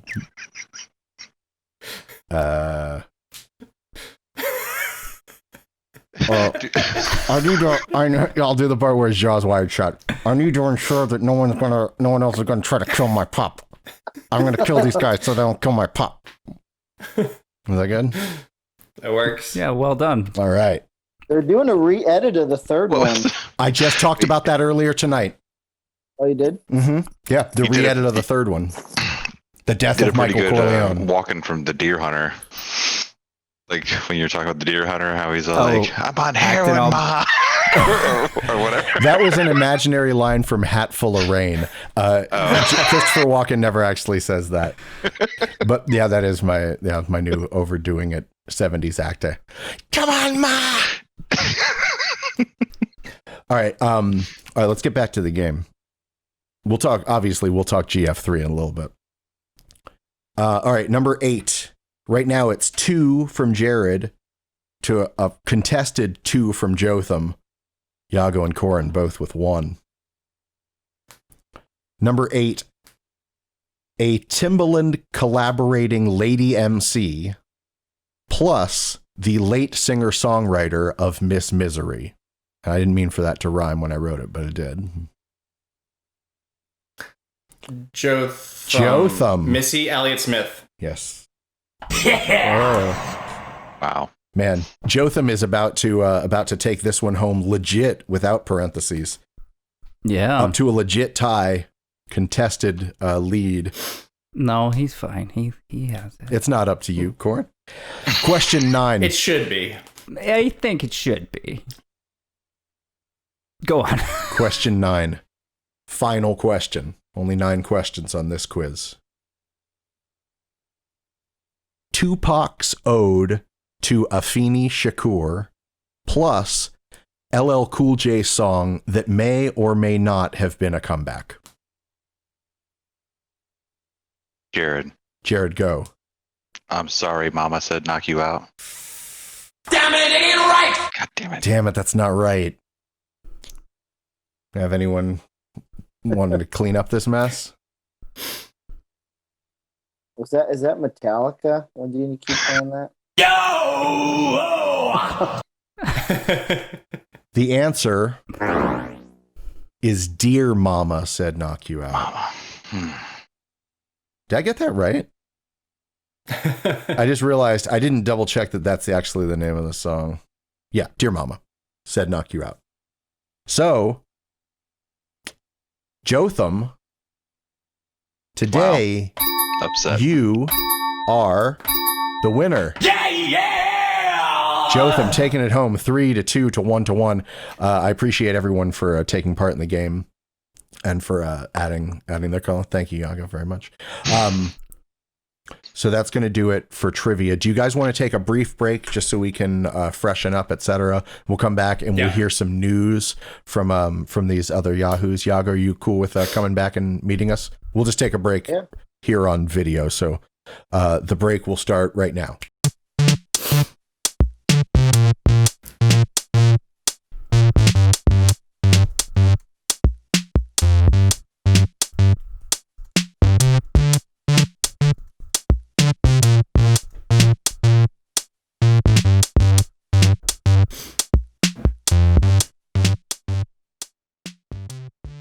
Hello. You are listening to Grand National Championships on the internet. We are joined this episode by Yaago, Anax, aka Prince Midnight. Thank you very much for joining us, Prince Midnight. Thanks for having me, guys. You just had a cobra with you a second ago. Did you put it away? Yeah, I just looked up and I have a lot of cobras. Now, is that a sculpture of a cobra or is that a taxidermied this is animal? a real cobra. This is a this is a spitting cobra. Yeah. I have a big collection of cobras. It's like stuffed. Yeah, it was alive at one point. Its fangs are gone. It's got a fake little tongue. It'd be funny if it had fake little teeth in it. But it's like human teeth. Probably filled with heroin or something. There's In nothing. the movies, don't they always like fill these with heroin and like a guy like gives it to like some girl and is like, "Hey, carry this for me on the plane," and then she's like in prison for 40 years. Or something. I watched a movie earlier where they were in the little Russian dolls. What are those called? Nesting dolls? Yeah. Russian nesting dolls. Yeah, with Woody Harrelson. Trans-Siberia. I do like that your view of those stuffed cobras is, don't they do this in movies? Is it like every movie's got a cobra stuffed with heroin in it? There's probably heroin in that cobra. It could just be cocaine. Thank you, Jared. Finally, someone's speaking with a level head. Yeah, but if it's coming from over there, it's probably heroin because they make cocaine way closer, so easier to transport it. In this hemisphere? Yeah, so you might get, it would be an anaconda if it was coming. Anaconda? You added extra consonants. But that seems like, Amazon adjacent. Imagine an anaconda stuffed with cocaine trying to bring that on a plane. That's a lot lot. of cocaine. That's a lot of That would be cocaine. difficult. I'd Yeah. be pretty nervous. And you're like, it's just a stuffed anaconda. I got permits. They're like, You don't wait need a a second. permit. Wait a second, Yaago. I can see in the movies they slice the belly of my 20-foot anaconda and it just like pours cocaine out onto the tarmac, and I just. You're You probably made it all the way to the tarmac. That's pretty far. They let him get that far. That's the only place I can think of. What else you got? The tarmac, or like what's the the gangway. little, Wait, what's that's on the a little cruise tube ship. you go in? What's the tube called? The airway, the air side, the That's not as funny, It's a though. He's right. gangplank. Yeah, I'm with Yaago. tarmac. Tarmac Is is the cool. funniest word Yeah. Yeah. because it sounds like an alien person name. Yeah, it does. It's Yeah, a good. take me to your leader, tarmac. Yeah, you know what? We don't ask aliens to take us to their leader often enough. It's always the aliens asking us. I'm turning it all on its head. You guys believe in aliens? Hell yeah. Who I f- believes in aliens and who doesn't believe? I feel like they have to exist, right? But I mean, are we on the right timeline? I mean, I thought you were going to say, are we on the right side of history? are we on the right side of history, Aliens. believing in aliens? But I mean, maybe we're offset by time. You know, maybe there have been and there will be civilizations, but maybe there aren't any nearby at this time. You know, Yeah, and they also say we're like so Mars small. could have had life in the past. What if they had like skyscrapers and it's just all been blown away over millions of years? That's a fantastic question. What if all of those things happened? I guess maybe. I wonder if evidence still exists. We got to go and start excavating Mars. Let's make it look all ugly and under construction. There's a recent thing about Venus too. Yeah, there's About like life, life bubbling up. phosphine something. I can't remember the name. Right, but like yeah. the signs of life or something Right, like that. right. Like the gas. Did anything ever happen with that face on Mars? Remember the face? It was just It's like it was shadows. Everybody's proof. Was that proof? Did That they felt think it like was a It's like giant the Virgin Mary in Clearwater.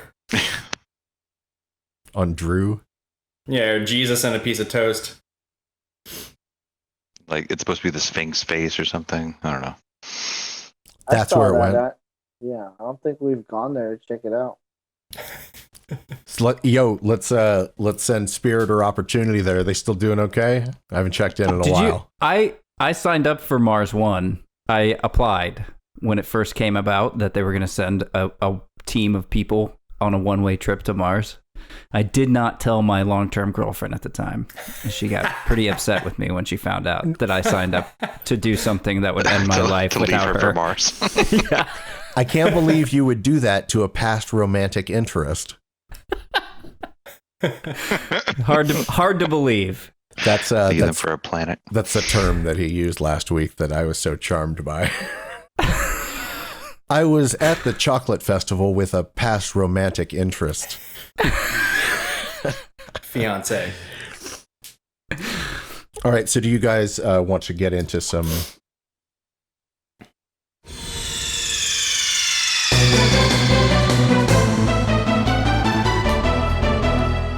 news? Cult leader who claims to be reincarnation of Jesus arrested in Russia. Helicopters and armed officers stormed communities run by Sergei Torop, known to his followers as Vissarion, and arrested him and two of his aides. Side note, one of the aides is a former drummer of a Soviet-era boy band. A boy band with so drummer? I don't know what band, though. A boy band with drummer? With a drummer, like, don't they just sing usually? When you say boy I band, guess in Russia they have drummers. drummer have you?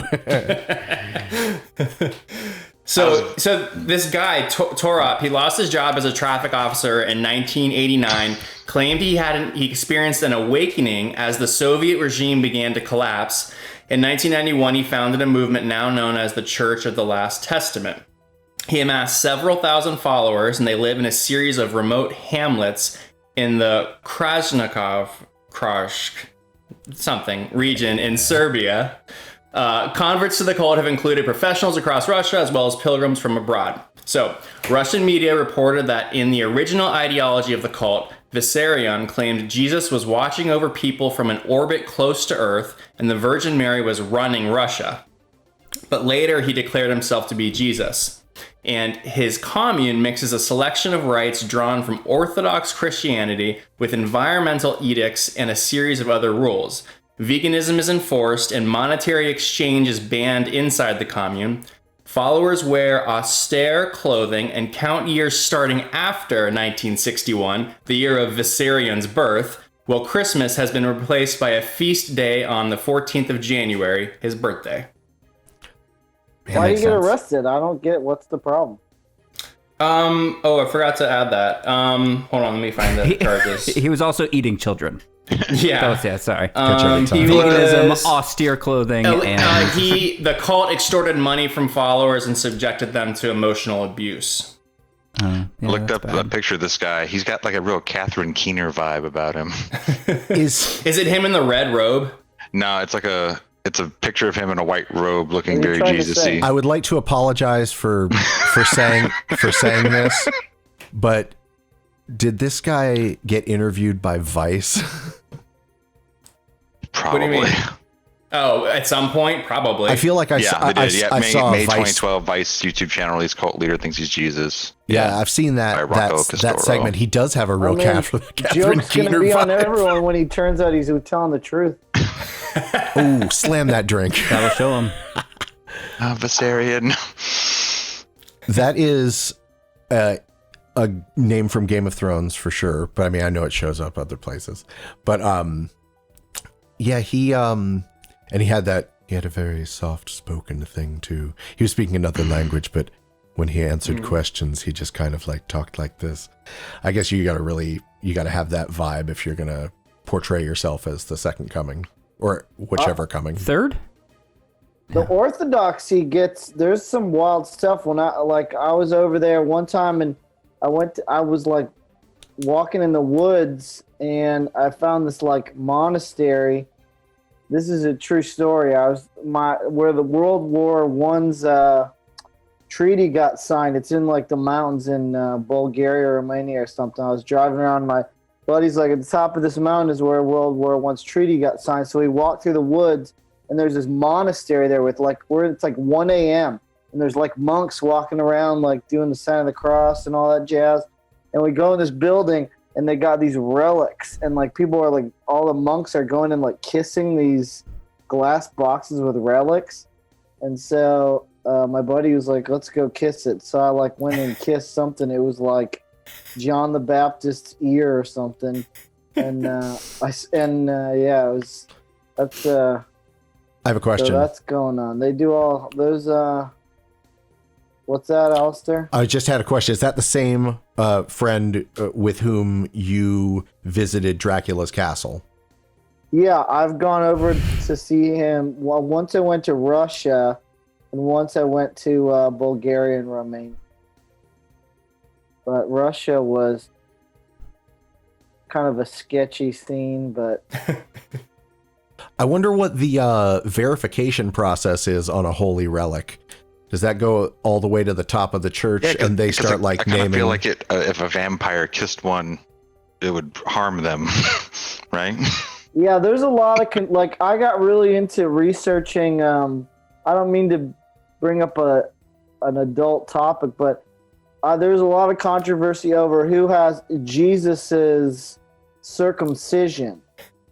It's called the Holy Priapus. That is definitely an adult topic. There's 4 different churches that say they have Jesus's foreskin. This is not a joke. You can look it up. And I would never joke about something. Nothing funny about this. I visited all of them just to make sure I went to the right one. Did you kiss it? Did you kiss it? I kissed it. Yeah, okay. Yeah. I didn't. Well, you got to kiss it through a piece of glass. So you just kissed the plexiglass. It's probably like, I guess it would be immaculate, right? It'd probably be clean as a whistle if it was the real one. Yeah, it would probably be clean as a whistle. Well, it's true though. I really did get really deep into that. But you do your own research. You don't just go by what I'm saying. So beyond the one that you referred to as John the Baptist ear, that I know you're saying that as a way of saying I don't really even know what it was. Have there been other relics that you've interacted with besides the alleged foreskins? Yes, there. Yeah, a lot of them, because it was almost like in the 19th century they would like hack up these saints and send like their pieces everywhere. So there's actually a lot in Eastern Europe and in Prague. There's a lot of I forget the terminology for them, like the bones and like skin and preserved organs and stuff of saints and religious martyrs are very like common. So I've probably seen hundreds, if not thousands, of relics like that. What was the signifying event you say in the 19th century where they started, like, was there a movement to distribute these, or is that, but like the distribution to far-flung places, is that a new thing, or is that something that's always been happening throughout? So they were always like private, they would get loaned out here and there, and in do you think we could get some of those loan they for get loaned the out to churches and stuff? I mean, but in like the 19th century they started like making, a lot of them were produced in France. Very small pieces of bone and things, and you would get like a framed thing. You can still, you can get them, but they cost a mint, to get them as a private citizen, because they were not intended for, the public to own. Yeah, professional grade only. I got you. Yeah, no public consumption. It's like, built Ford tough. So I like objects of power, and so I guess that's kind of why I have a penchant for that kind of thing. Dropping penchant on us. No, no small deal there. All right. What else is in the news, Jared? Sorry, I got sidetracked. No, that's exactly what we do. That's perfect. Yes. Police in Vietnam said they found about 320,000 recycled used condoms that were being repackaged as new. Oh, gross. Market inspectors in Binh Duong province raided a factory near Ho Chi Minh City where they discovered used condoms being repackaged to be sold at the market. An inspector said the factory's 34-year-old owner, a woman, confessed they purchased the condoms from someone else. After buying condoms from a man, they were washed and reshaped, then packed in plastic bags. They were washed in what now? Reshaped. Reshaped. What shapes they make out of them? Like a dog, or like like it's like a balloon, like a sword. Yeah. Cool. Funny hat. It'd be a very funny hat for a little while. Yeah, that story is a real bummer. That just makes me feel awful. Yeah, the pictures aren't much better. Yeah, don't look at the pictures. No. I gotta look this up. Jotham, don't. What should I Google? Used condoms. Used condoms, Vietnam. Don't look up used condoms. Let's go right in the search engine. Wow, Vietnam, that's the first hit. Yeah. It is the first hit. That's where it takes you to, Vietnam. Ugh. They've got a real... Well, it's hard to find a secondary market It's at literally all. just like burlap sacks It's disgusting. Of used condoms. Don't do it. How did they get them back? Like, how did they... She purchased them from a man. I don't know they didn't say how she got them. This man has lots of sex. Did they It's all from have, one seller. Did someone like finish in all of them? Because it just says used. Yeah, that's a good question, Yaago. Yaago, They are washing them out. What were they used for? Were they used for like, something else? No. I think they were. Well, I'll say this, Yaago. I thought that the worst thing that they could say relative to condoms was used, and then you used the word finished. Asked if people finished in them, and that made it that much worse. I mean, like, Howie Mandel used to use condoms, right? Yeah, what if Did there's he Howie finish Mandel in that they them? bought them from? He's the guy that she buys them Yeah. from. And she's like, "Wait, 320,000. he told me he just puts them on his head. They're like, yeah, right, lady. Tell it to the judge. And throw her in the paddy wagon.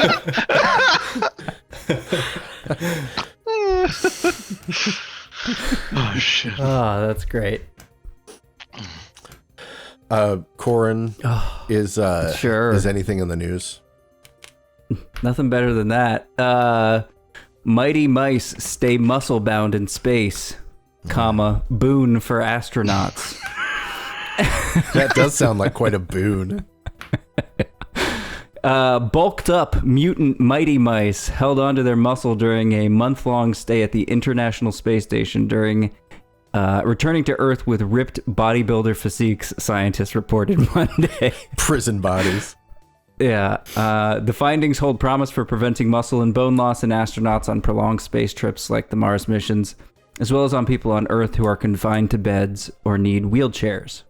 A research team led by Dr. Seelin of Jackson Laboratory in Connecticut sent 40 young female mice to the space station in December. In a paper, well, that's not interesting. The 8 genetically engineered mighty just mice that launched part. with double the muscle and maintained their bulk. Their muscles appeared to be comparable in size to those mighty mice who stayed behind. In addition, 8 normal mice that received Mighty Mouse treatment in space returned to Earth with dramatically bigger muscles as well. And the treatment is that they block a certain protein in the mouse's brain that stops muscle growth. So they just grow nonstop. And so it's specifically for space-bound mice? Or earthbound mice that are confined to wheelchairs. Hold on a second. So they're saying Just kidding. an earthbound mouse that's confined to a wheelchair can also benefit from this? It's a tiny wheelchair. Are they hobbling mice? They Oh, dude. So tiny little baseball bat and their little knees. oh, tiny little Jeff Galooly. He was Tanya Harding's special man. So in this wheelchair scenario, did they point out like how the wheelchair works, like which legs? It's not that. They said it would be useful for space travel or for people who are confined to wheelchairs. See, now you're messing with me because I didn't understand what you were talking about. Yeah. Okay, so how could this help you guys? Because you guys all like to get your pump on. Yaago, these 3 guys are all fit and go to gyms or work out their bodies on a regular basis. I don't do that so much. Are you into fitness like manowar? I walk a lot. I walk like 2 hours a day. Oh, So that'll keep kind of you what I fresh. do. When I was a young buck, I would throw the irons around a little bit, but not so much these days. Corin and Jotham. They look a little younger than we are, Alistair. Not so many grays on these studs. So Yeah, I am. I'm definitely the oldest out of we 4, for sure. Yeah. I've got I think I've got Jotham the is salt. the youngest. He's got the most life left in him. Ugh, not by much. No, you're doing all right, bud. yeah, doing wait all till you right. hit 40, buddy. Have to start shoving your intestines back up your butthole. Alistair, can you confirm? Yeah, 40th birthday. It's all downhill. That's what they're talking about. Gravity doesn't work I the thought other he was way. gonna give some like kind, like homespun advice. Start talking about it. Intestines coming out of your asshole.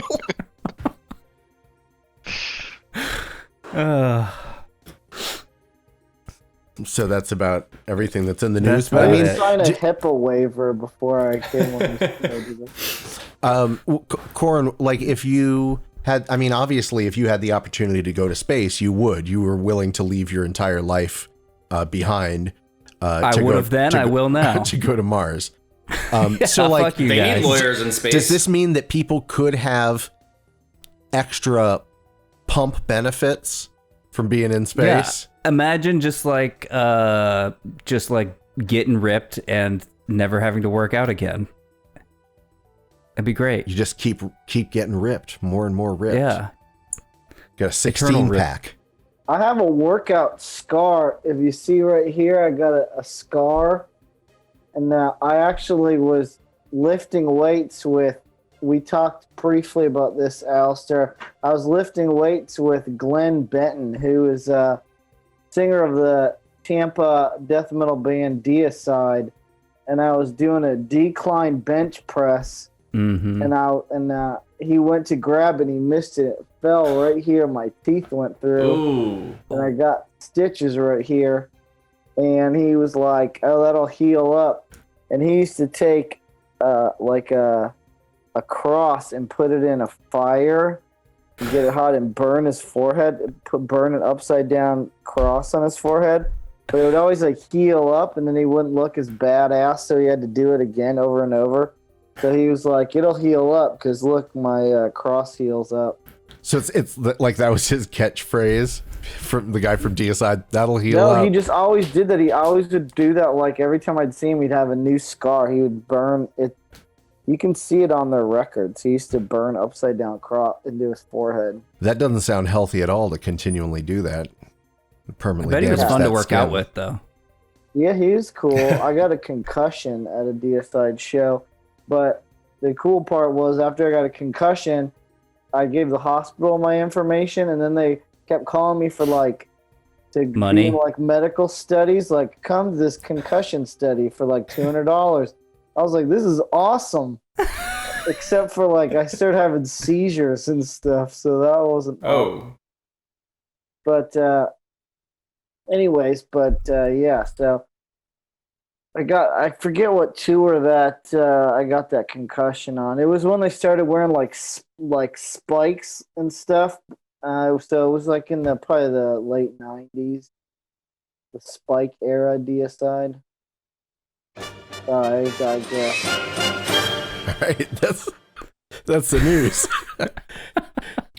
Deicide was like, they were just like dudes with like, Tampa death metal dudes, and then black metal. People started wearing those spikes, remember? Like the big, huge spikes. Yeah, those could really hurt somebody. They started wearing those live. So when I think of Deicide eras, I think of like... When they got spiked up. Wearing spikes. It's like when, the times when the Beatles were wearing Nehru jackets, and then when they started wearing like striped button-up shirts, and then when they got beards, bands have fashion eras. Deicide's no different than any other band that's plugged in to hip fashion culture. Yeah. Man, never mind. That's another dumb story. No, what dumb story were you gonna tell? It wasn't a good story, so I was like, I'm not gonna tell the story. Okay. I just went on this really long adventure to try to go to this like famous black metal record store in Norway. It's called like Noseblad. It was like it was owned by like Euronymous from Mayhem, who got killed by the dude from Burzum. Anyways, I like trekked through like Norway to go to the stupid record store, and it was closed. And I was like, you gotta be fucking. So it was kidding just closed, and you didn't have a chance to go another day. I didn't have their phone number. I was just like, I figured they'd be open on like a Tuesday afternoon, right? So I think I hitchhiked and did all sorts of shenanigans. I got to this place. I took a picture of myself in front of it so I could like pretend I was inside, but I never got inside. So It's not very metal of them to close. No, see, you're blowing it. Don't say I told you it was a dumb story. Just say that was a good story. That was a good story. That was a good That was story. a good story. Oh, now I'm hearing it all. I'm hearing it all over. That was a good story. It was funny. I went to some some like crappy like place to get coffee next to it. Afterwards, I was so pissed, and I was like, "Man, that record store's closed. That sucks." And the guy was like, "Oh, I played guitar in this black metal band." He was like in some band, and he's like, "I have a Burzum tie I'll sell you." And he had, do you know who Burzum is? Yeah. He had a Burzum tie. Until the Light Takes Us. I think he had a Dark Throne tie that said like, can I say a swear word? Sure. Yes. Is it going to be F off and die on it? And anyways, he sold me these 2 ties because I was looking for this. I don't know why I'm telling you that part of the story. So I still have a Burzum tie, and it's funny that Burzum has like official ties, like formal ties. Well, they do it He's through got his own tie line. Cafe Press. Yeah, Can you get a coffee mug? Embroidered. I still have it somewhere. A Burzum, cufflinks. A Burzum cufflinks. I think he like lives in a cave in the woods now after he got out of prison for murdering that guy. I don't know. Yeah, he was that documentary, the documentary called Until the Light Takes Us or something like that. I didn't see it. His name's Varg Vikernes. He killed Euronymous, the guitar player of Mayhem. Yeah. What was the name of the guy who killed himself from... That's Dead. He sang for Mayhem. Oh, yeah. His name is Dead. And he's dead. I get these dudes mixed up. There's so many of them, but... Yeah. It looked like quite a complicated and icky scene. Yeah, he blew his brains out. So when they, I think Hellhammer found him and like ate some of his brains and then took all like the skull shards and like gave them to all his friends. And he took a picture and they used that for one of their like live cover albums. Of the next record. Oh boy, grisly, yeah. Dark death metal scene. The Scandinavians, man, they know how to get down. I don't agree. All right, guys, let's move into the next part of the show. We're going to hear some calls. I put out a message to the public at large, kind of saying, give us a call here at the show. Let us know your most disappointing concert experience. And we got a few calls, so I was going to play those back. Just because the audio sometimes can easily get like gated out, just be sure to be quiet during these calls so we can hear everything that they say. Call number 1. Hi, my name is Bradley Elston, and my awful experience of seeing Pearl Jam. It was terrible. It was at that place where the Tampa Bay Lightning play. I think it's called the Lightning Dome. And I couldn't hear a gosh darn thing. Could not make out a single note they were playing. It was all just a wall of noise. No song was recognizable. Eddie Vedder had some weird reflective pickguard on his guitar that he kept reflecting in the crowd's eyes. And it was almost like it was intentional. I got a t-shirt from that show, but I couldn't make out a single song they played. Awful. I'll never forget or forgive. Thanks. That's great. So yeah, we know Bradley Elston. Hey, Bradley. Hey, Brad. That sounds like a pretty bad experience. I like that Eddie Vedder was actually maybe purposely shining lights into people's eyes using his reflective pickguard. Do you ever have confrontational relationships with your audiences, Yaago? Let me think. I mean, I got hit in the head with a beer can one time. Like, you know, people yell at you, and, you know, if they just give you too much grief, you just get off the stage and beat the shit out of them. So that sounds like there have been confrontational moments. You know, there's moments, but not too many.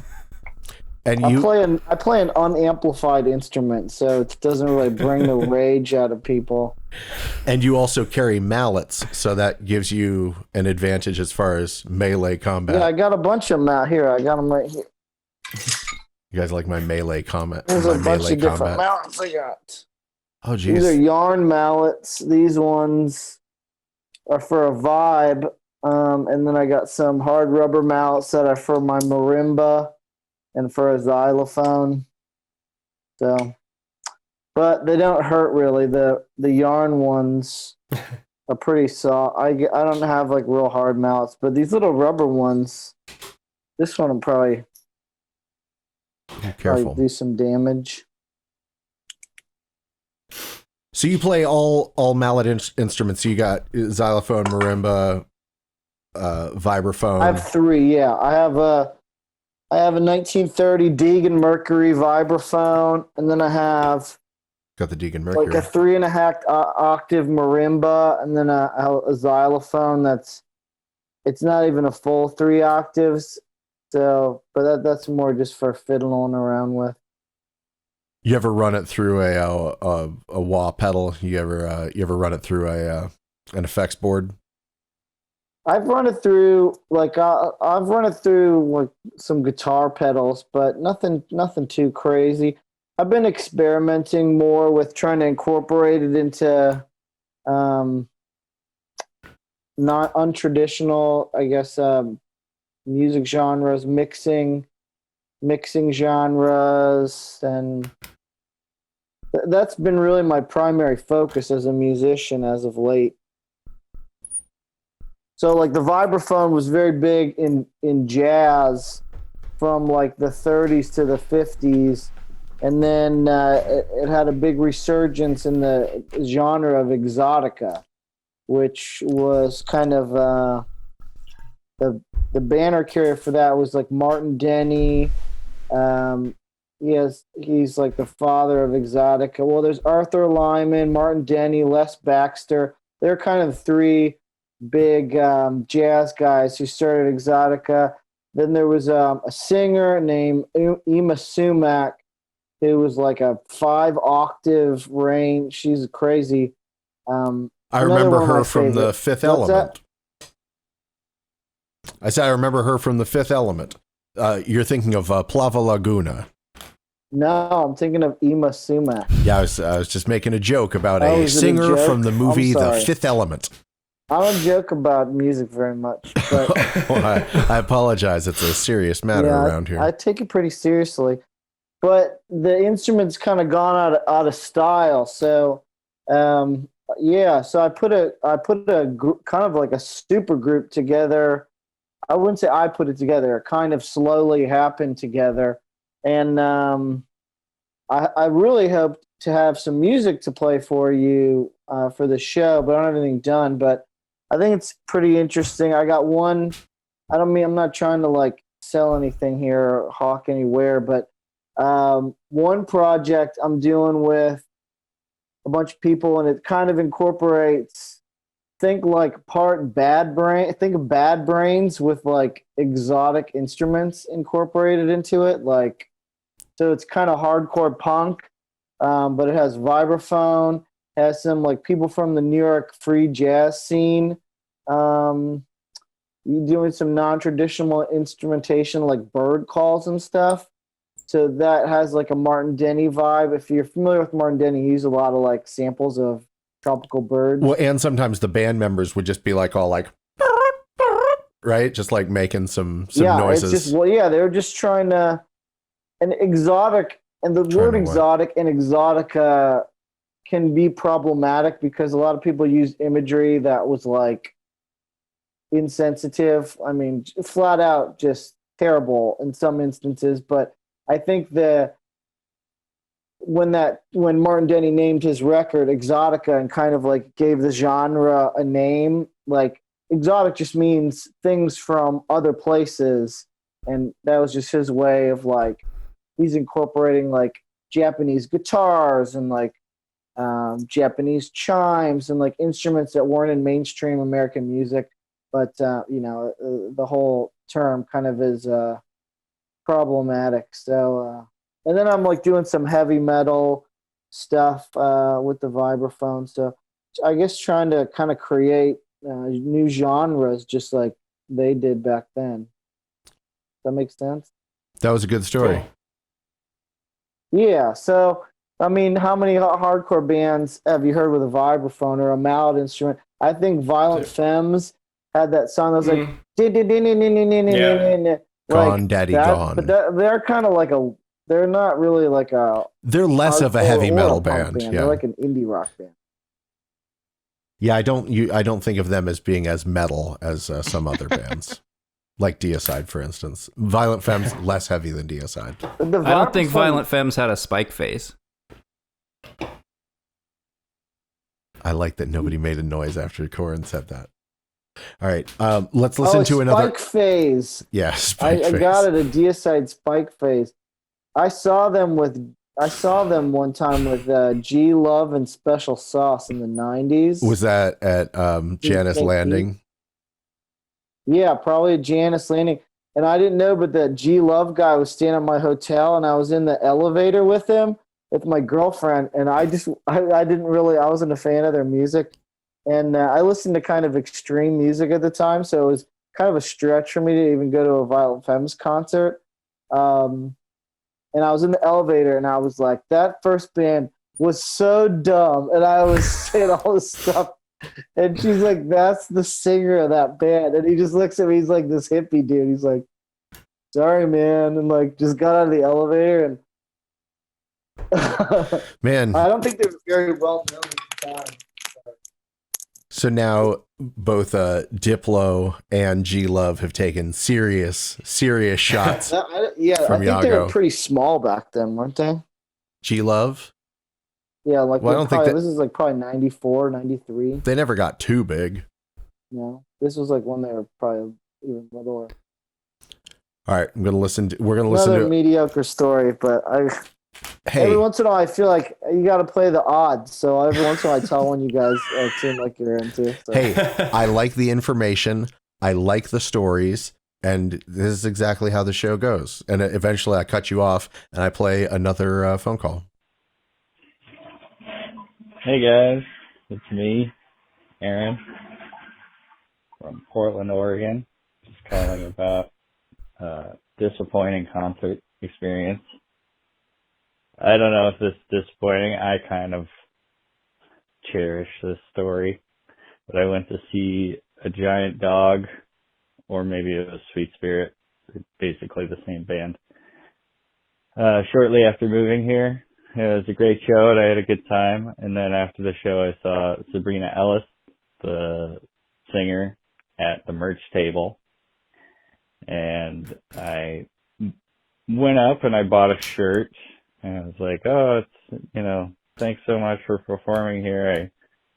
I really love both your bands. I heard about you from the best show with Tom Sharpling. And then she shouted, Tom Sharpling, and thrust her index finger into my mouth and gave me a fish hook. And then told me to call into the show about that. I never did, so it's an exclusive for you guys. And I've also never washed my mouth since. Thanks. Bye. So was that fulfilling maybe some kind of inside joke where he mentioned Tom Sharpling and then she fish hooked his mouth with her index finger? I guess it's a joke between Tom Sharpling and this woman. Maybe. Aaron loved it, though. I don't know why he's saying that was disappointing. He said he cherished it. Yeah. Yeah, that doesn't sound disappointing from his point of view. I mean, it sounds like he got a good story. He didn't mind getting the hook. I hate getting someone's fingers in my mouth. Yeah, I mean, it sounds awful. And she's been handling money. She's at the merch table. Fresh dollar bill residue on her fings. He does like fish a lot, though. That's why you think he'd like the hook action? Yeah. Because that's how fish are caught? Tend to be a fish. He empathizes. Oh, he could be like, oh, this is what it's like for my little friends, my little finned friends. Are you saying he likes eating fish or he just likes fish? No, he has like 7 fish tanks. That's right. He is an aquarium enthusiast. Yeah, it's a real weird hobby that could easily ruin your home. It could or it has? Tell me. Could. Okay. High likelihood. Yeah, the only times I've ever had aquariums, like the fun part has lasted a very short amount of time, and then it's just like the burden period, which lasts until eventually the beta dies and you flush it. Yeah, after having done the bare minimum for 2 weeks, we let the beta die, and then we get rid of the body and destroy all the evidence. Snakes. Do you guys have any snakes? Never. I haven't. No. I had a pretty famous, not dead snakes like my cobra, but I had a pretty, probably one of the most famous boas in the United States.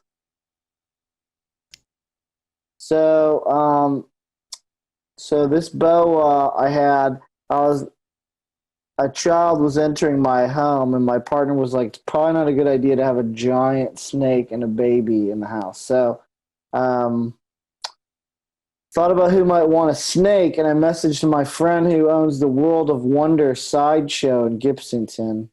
It was owned by Ward Hall and Charlie Crist, but Charlie retired and Ward passed away, unfortunately. And a guy named Tommy Breen took over it, and they had a bally snake that was like it was an albino snake, but it was like ridiculously big. It was like 12 feet long, so it weighed like an ungodly amount. Imagine like a 12-foot thing like this thick. And so the girls in like they wear a bathing suit on the stage, the ballet stage, to try to get people to come in. They couldn't hold it for very long, and so they needed a smaller one. So it was like perfect timing. So they took my snake on the road and still take it on the road to this day. So if you ever see the World of Wonder sideshow anywhere in the United States, or pictures of people with the sideshow, that was my snake. What was the snake's name? Sneaky. Good. That's a great snake name. Yeah. How long does a snake like that live? I think, well, it ranges a lot, because in the wild they get eaten, so they don't live very long. But I think in captivity, I think they can live 30, 40, 50 years. But I think in the wild, probably 15 years. It's a large animal. Yeah, it was a red-tailed boa, Colombian boa, so they only get like maybe 7-8 feet long. Wait, that's a Colombian snake? What gets what were you transferring inside that? This one was alive, so I guess they feed stuff. You know what? This is kind of where the condoms, cocaine, and the snakes used all come condoms. together. I was going to say the same thing. Every episode ties up like that. It ties. This is like a Curb Your Enthusiasm episode. Thank you. The condom, snakes, and cocaine just all came back together. Although when they started, they kind of all started together too. So maybe it's more like Everybody Loves Raymond type situation. They only ever had an A story, no B stories. Just get it all out in front, you know? No deviations. So sorry, I just thought of snakes, and I thought of my snake, and yeah, so that's his story. I had a bunch of snakes, but over the years, I got rid of them. I had big lizards, all sorts of stuff, but. All right, we're going to listen to the third call. Only pet I have now is a grub worm. I've been keeping this grub worm for like 2 years, and he's. What's his name? Oh, hold on. You have to ask him? I got him right here. Hold on. It's 2 a.m. I'll be back. This is probably really rude. Sorry. So this is perfectly fine. I got really into. I have a lot of family that lives in Japan, so I went over there and went to a lot of beetle wrestling facilities. And they raise in Japan, kids will raise beetles and fight them. They wrestle. They don't get hurt or anything. There's different kinds. There's ones that have swords, ones that have pincers. And there's like 3 different types of fighting beetles. and I got really into it. I traveled to some beetle training facilities, some breeding places, and they're expensive. Like ones with really long horns will be like $200. So now, sometimes at these beetle training facilities out front, will you see like maybe a slightly older beetle flipping a tire across the entrance? No, but the one I remember distinctly was called Top Gun Beetles, and there's an Indonesian breeder called Titan Beetle breeders, but it's really hard to get a permit. I was trying to get a permit to import giant beetles, and it's like a nightmare because it's not normal customs. You got to go through the USDA, and you have to it's like you don't want to. So I did a bunch of research, and I started buying and collecting grubs of the largest beetles that are indigenous to the states to create like a super beetle that I could just decimate any other beetle wrestlers. Yaago, Show us. I have. So this is a substrate that I carefully procure here. I go in the woods and I find like rotten oak, and I put it in the oven and heat it up so it kills any parasites. And so then he was over here earlier. Let me see. Oh, there he is. So. Yaago, I just want to point out that you have a plan to fill your home to the brim with grub worms and beetles themselves of the largest fighting variety, and yet you see the bureaucratic process of getting the permit as being the real nightmare. I just wanted to point out Here he is. All right, let's get a look at him. It's a big grub. Jotham's with me. Yeah, it's big. This is going to be the large. So the Eastern Hercules beetle. He is like drunk on wood right now. He's a little more frisky. What's his name? Yeah. Hold on one sec. All right, No, he's good. He's good. Okay. Yaago, we're gonna get this. Let's listen to this last phone call. Oh, I'm here. sorry. I'm sorry. I just thought maybe you guys want to meet him. Of course we want to meet him. I was glad to meet him. Get him ready. What's his name?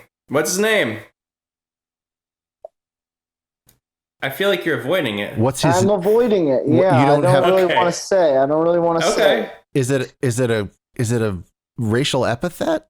No. No, you know me. Okay. Well, just keep your secrets then.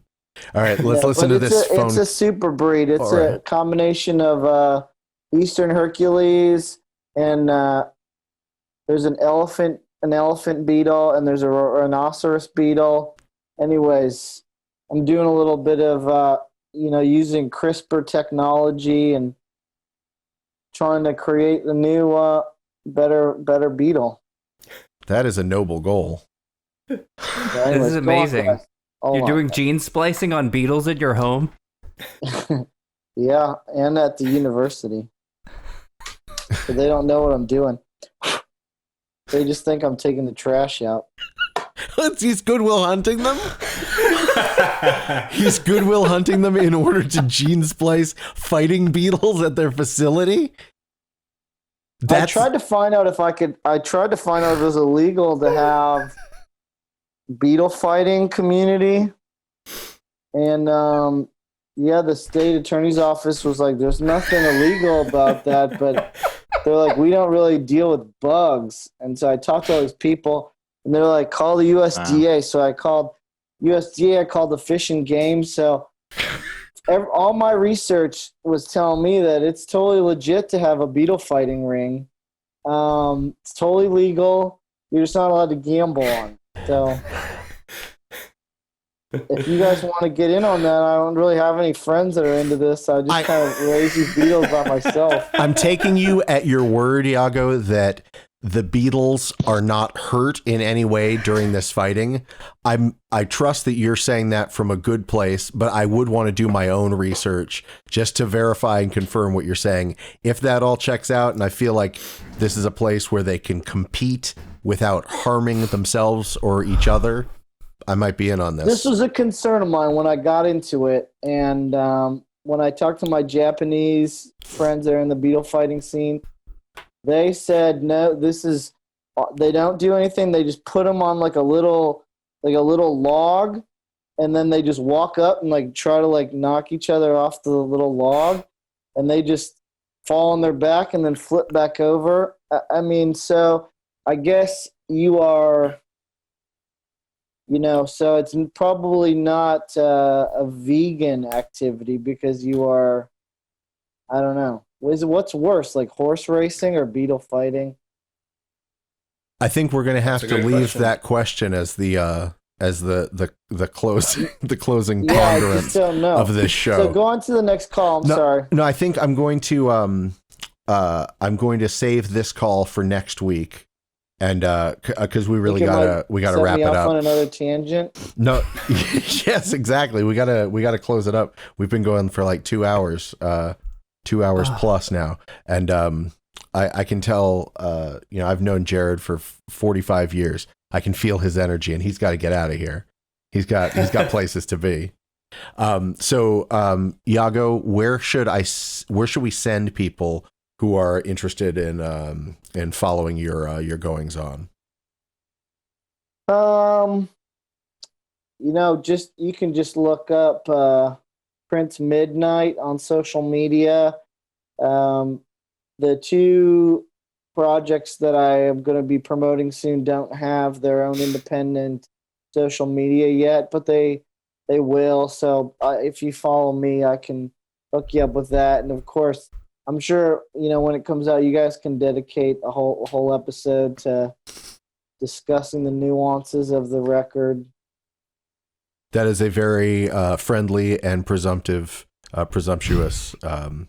statement. Yeah, I think I'm really proud of what we've done, and there's some good serious musicians. Like when you say social media, I just looked on Facebook and Instagram. Like what's the actual like your Instagram handle? Prince Midnight. Okay. Are you accusing him of not having social media? The main band is called Vengeful Spirits, and I don't think there's any social media for it, but I don't want to like jinx myself because the EP isn't finished, but it's got the drummer also drums in we drummed in a bunch of like hardcore bands like the Hope Conspiracy, Boy Sets Fire, and he's in Seals. He's Seals drummer too. His name's Jared, and the bass player is like a rap producer, and he's like written songs for Little Romeo and a bunch of like rap written beats for them. And Sue Lynn, who local, she started off in Tampa. Now she plays in Propaganda. We know She plays guitar for that. And anyways, right now it's getting mixed by some jazz producer that's won a couple Grammys up in New York. So they don't just throw those Grammys around. That's some street cred. Trust me. When I heard, it costs a little more to get a Grammy producer to mix your thing than doing it in your bedroom like I usually do. I'll do it for half. Just find out what you gave him. I'll do it for half. I definitely know what I gave him. Well, Yaago, Anax, Prince Midnight, thank you very much for joining us on the show this week. I wasn't done with that story, Alistair. Oh, sorry. Go ahead. What else you got, bud? I'm just joking. He's busting chops. I'm excited about that record. I'm embarrassed that I don't have anything to play for you, but my partner was like, "You got stuff that's almost there," and I'm like, I want to wait until it's done. So, got to cook it all the way. Got to cook it till all right. it's done. Yeah. Goodbye. Oh, so, sorry. Now he's running the show. As Ringo would say, peace and love. Okay, I have my own. Okay, so for also everybody, be sure to check out the Spotify playlist if you're listening to this anywhere else. It will include playlists from all of us, including some songs selected by Yaago, and we are also on YouTube if you're listening to this via the standard podcast. Search for the GNC show, and you can find all episodes of the show on YouTube, video style. So that's going to do it. Any other closing thoughts, co-hosts? Keep on trucking. All That's right. it. I hope my So grub is okay. I always get nervous when I hold him because he's Wood you know. drunk. he's fragile. And I've been keeping the damn thing for 2 years. And if it dies, I'll jump out the window before it turns into a beetle.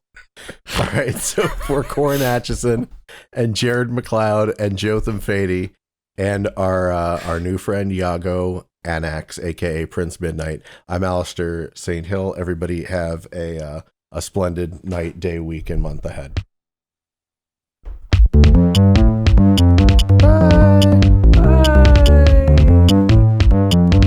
When's the after show now?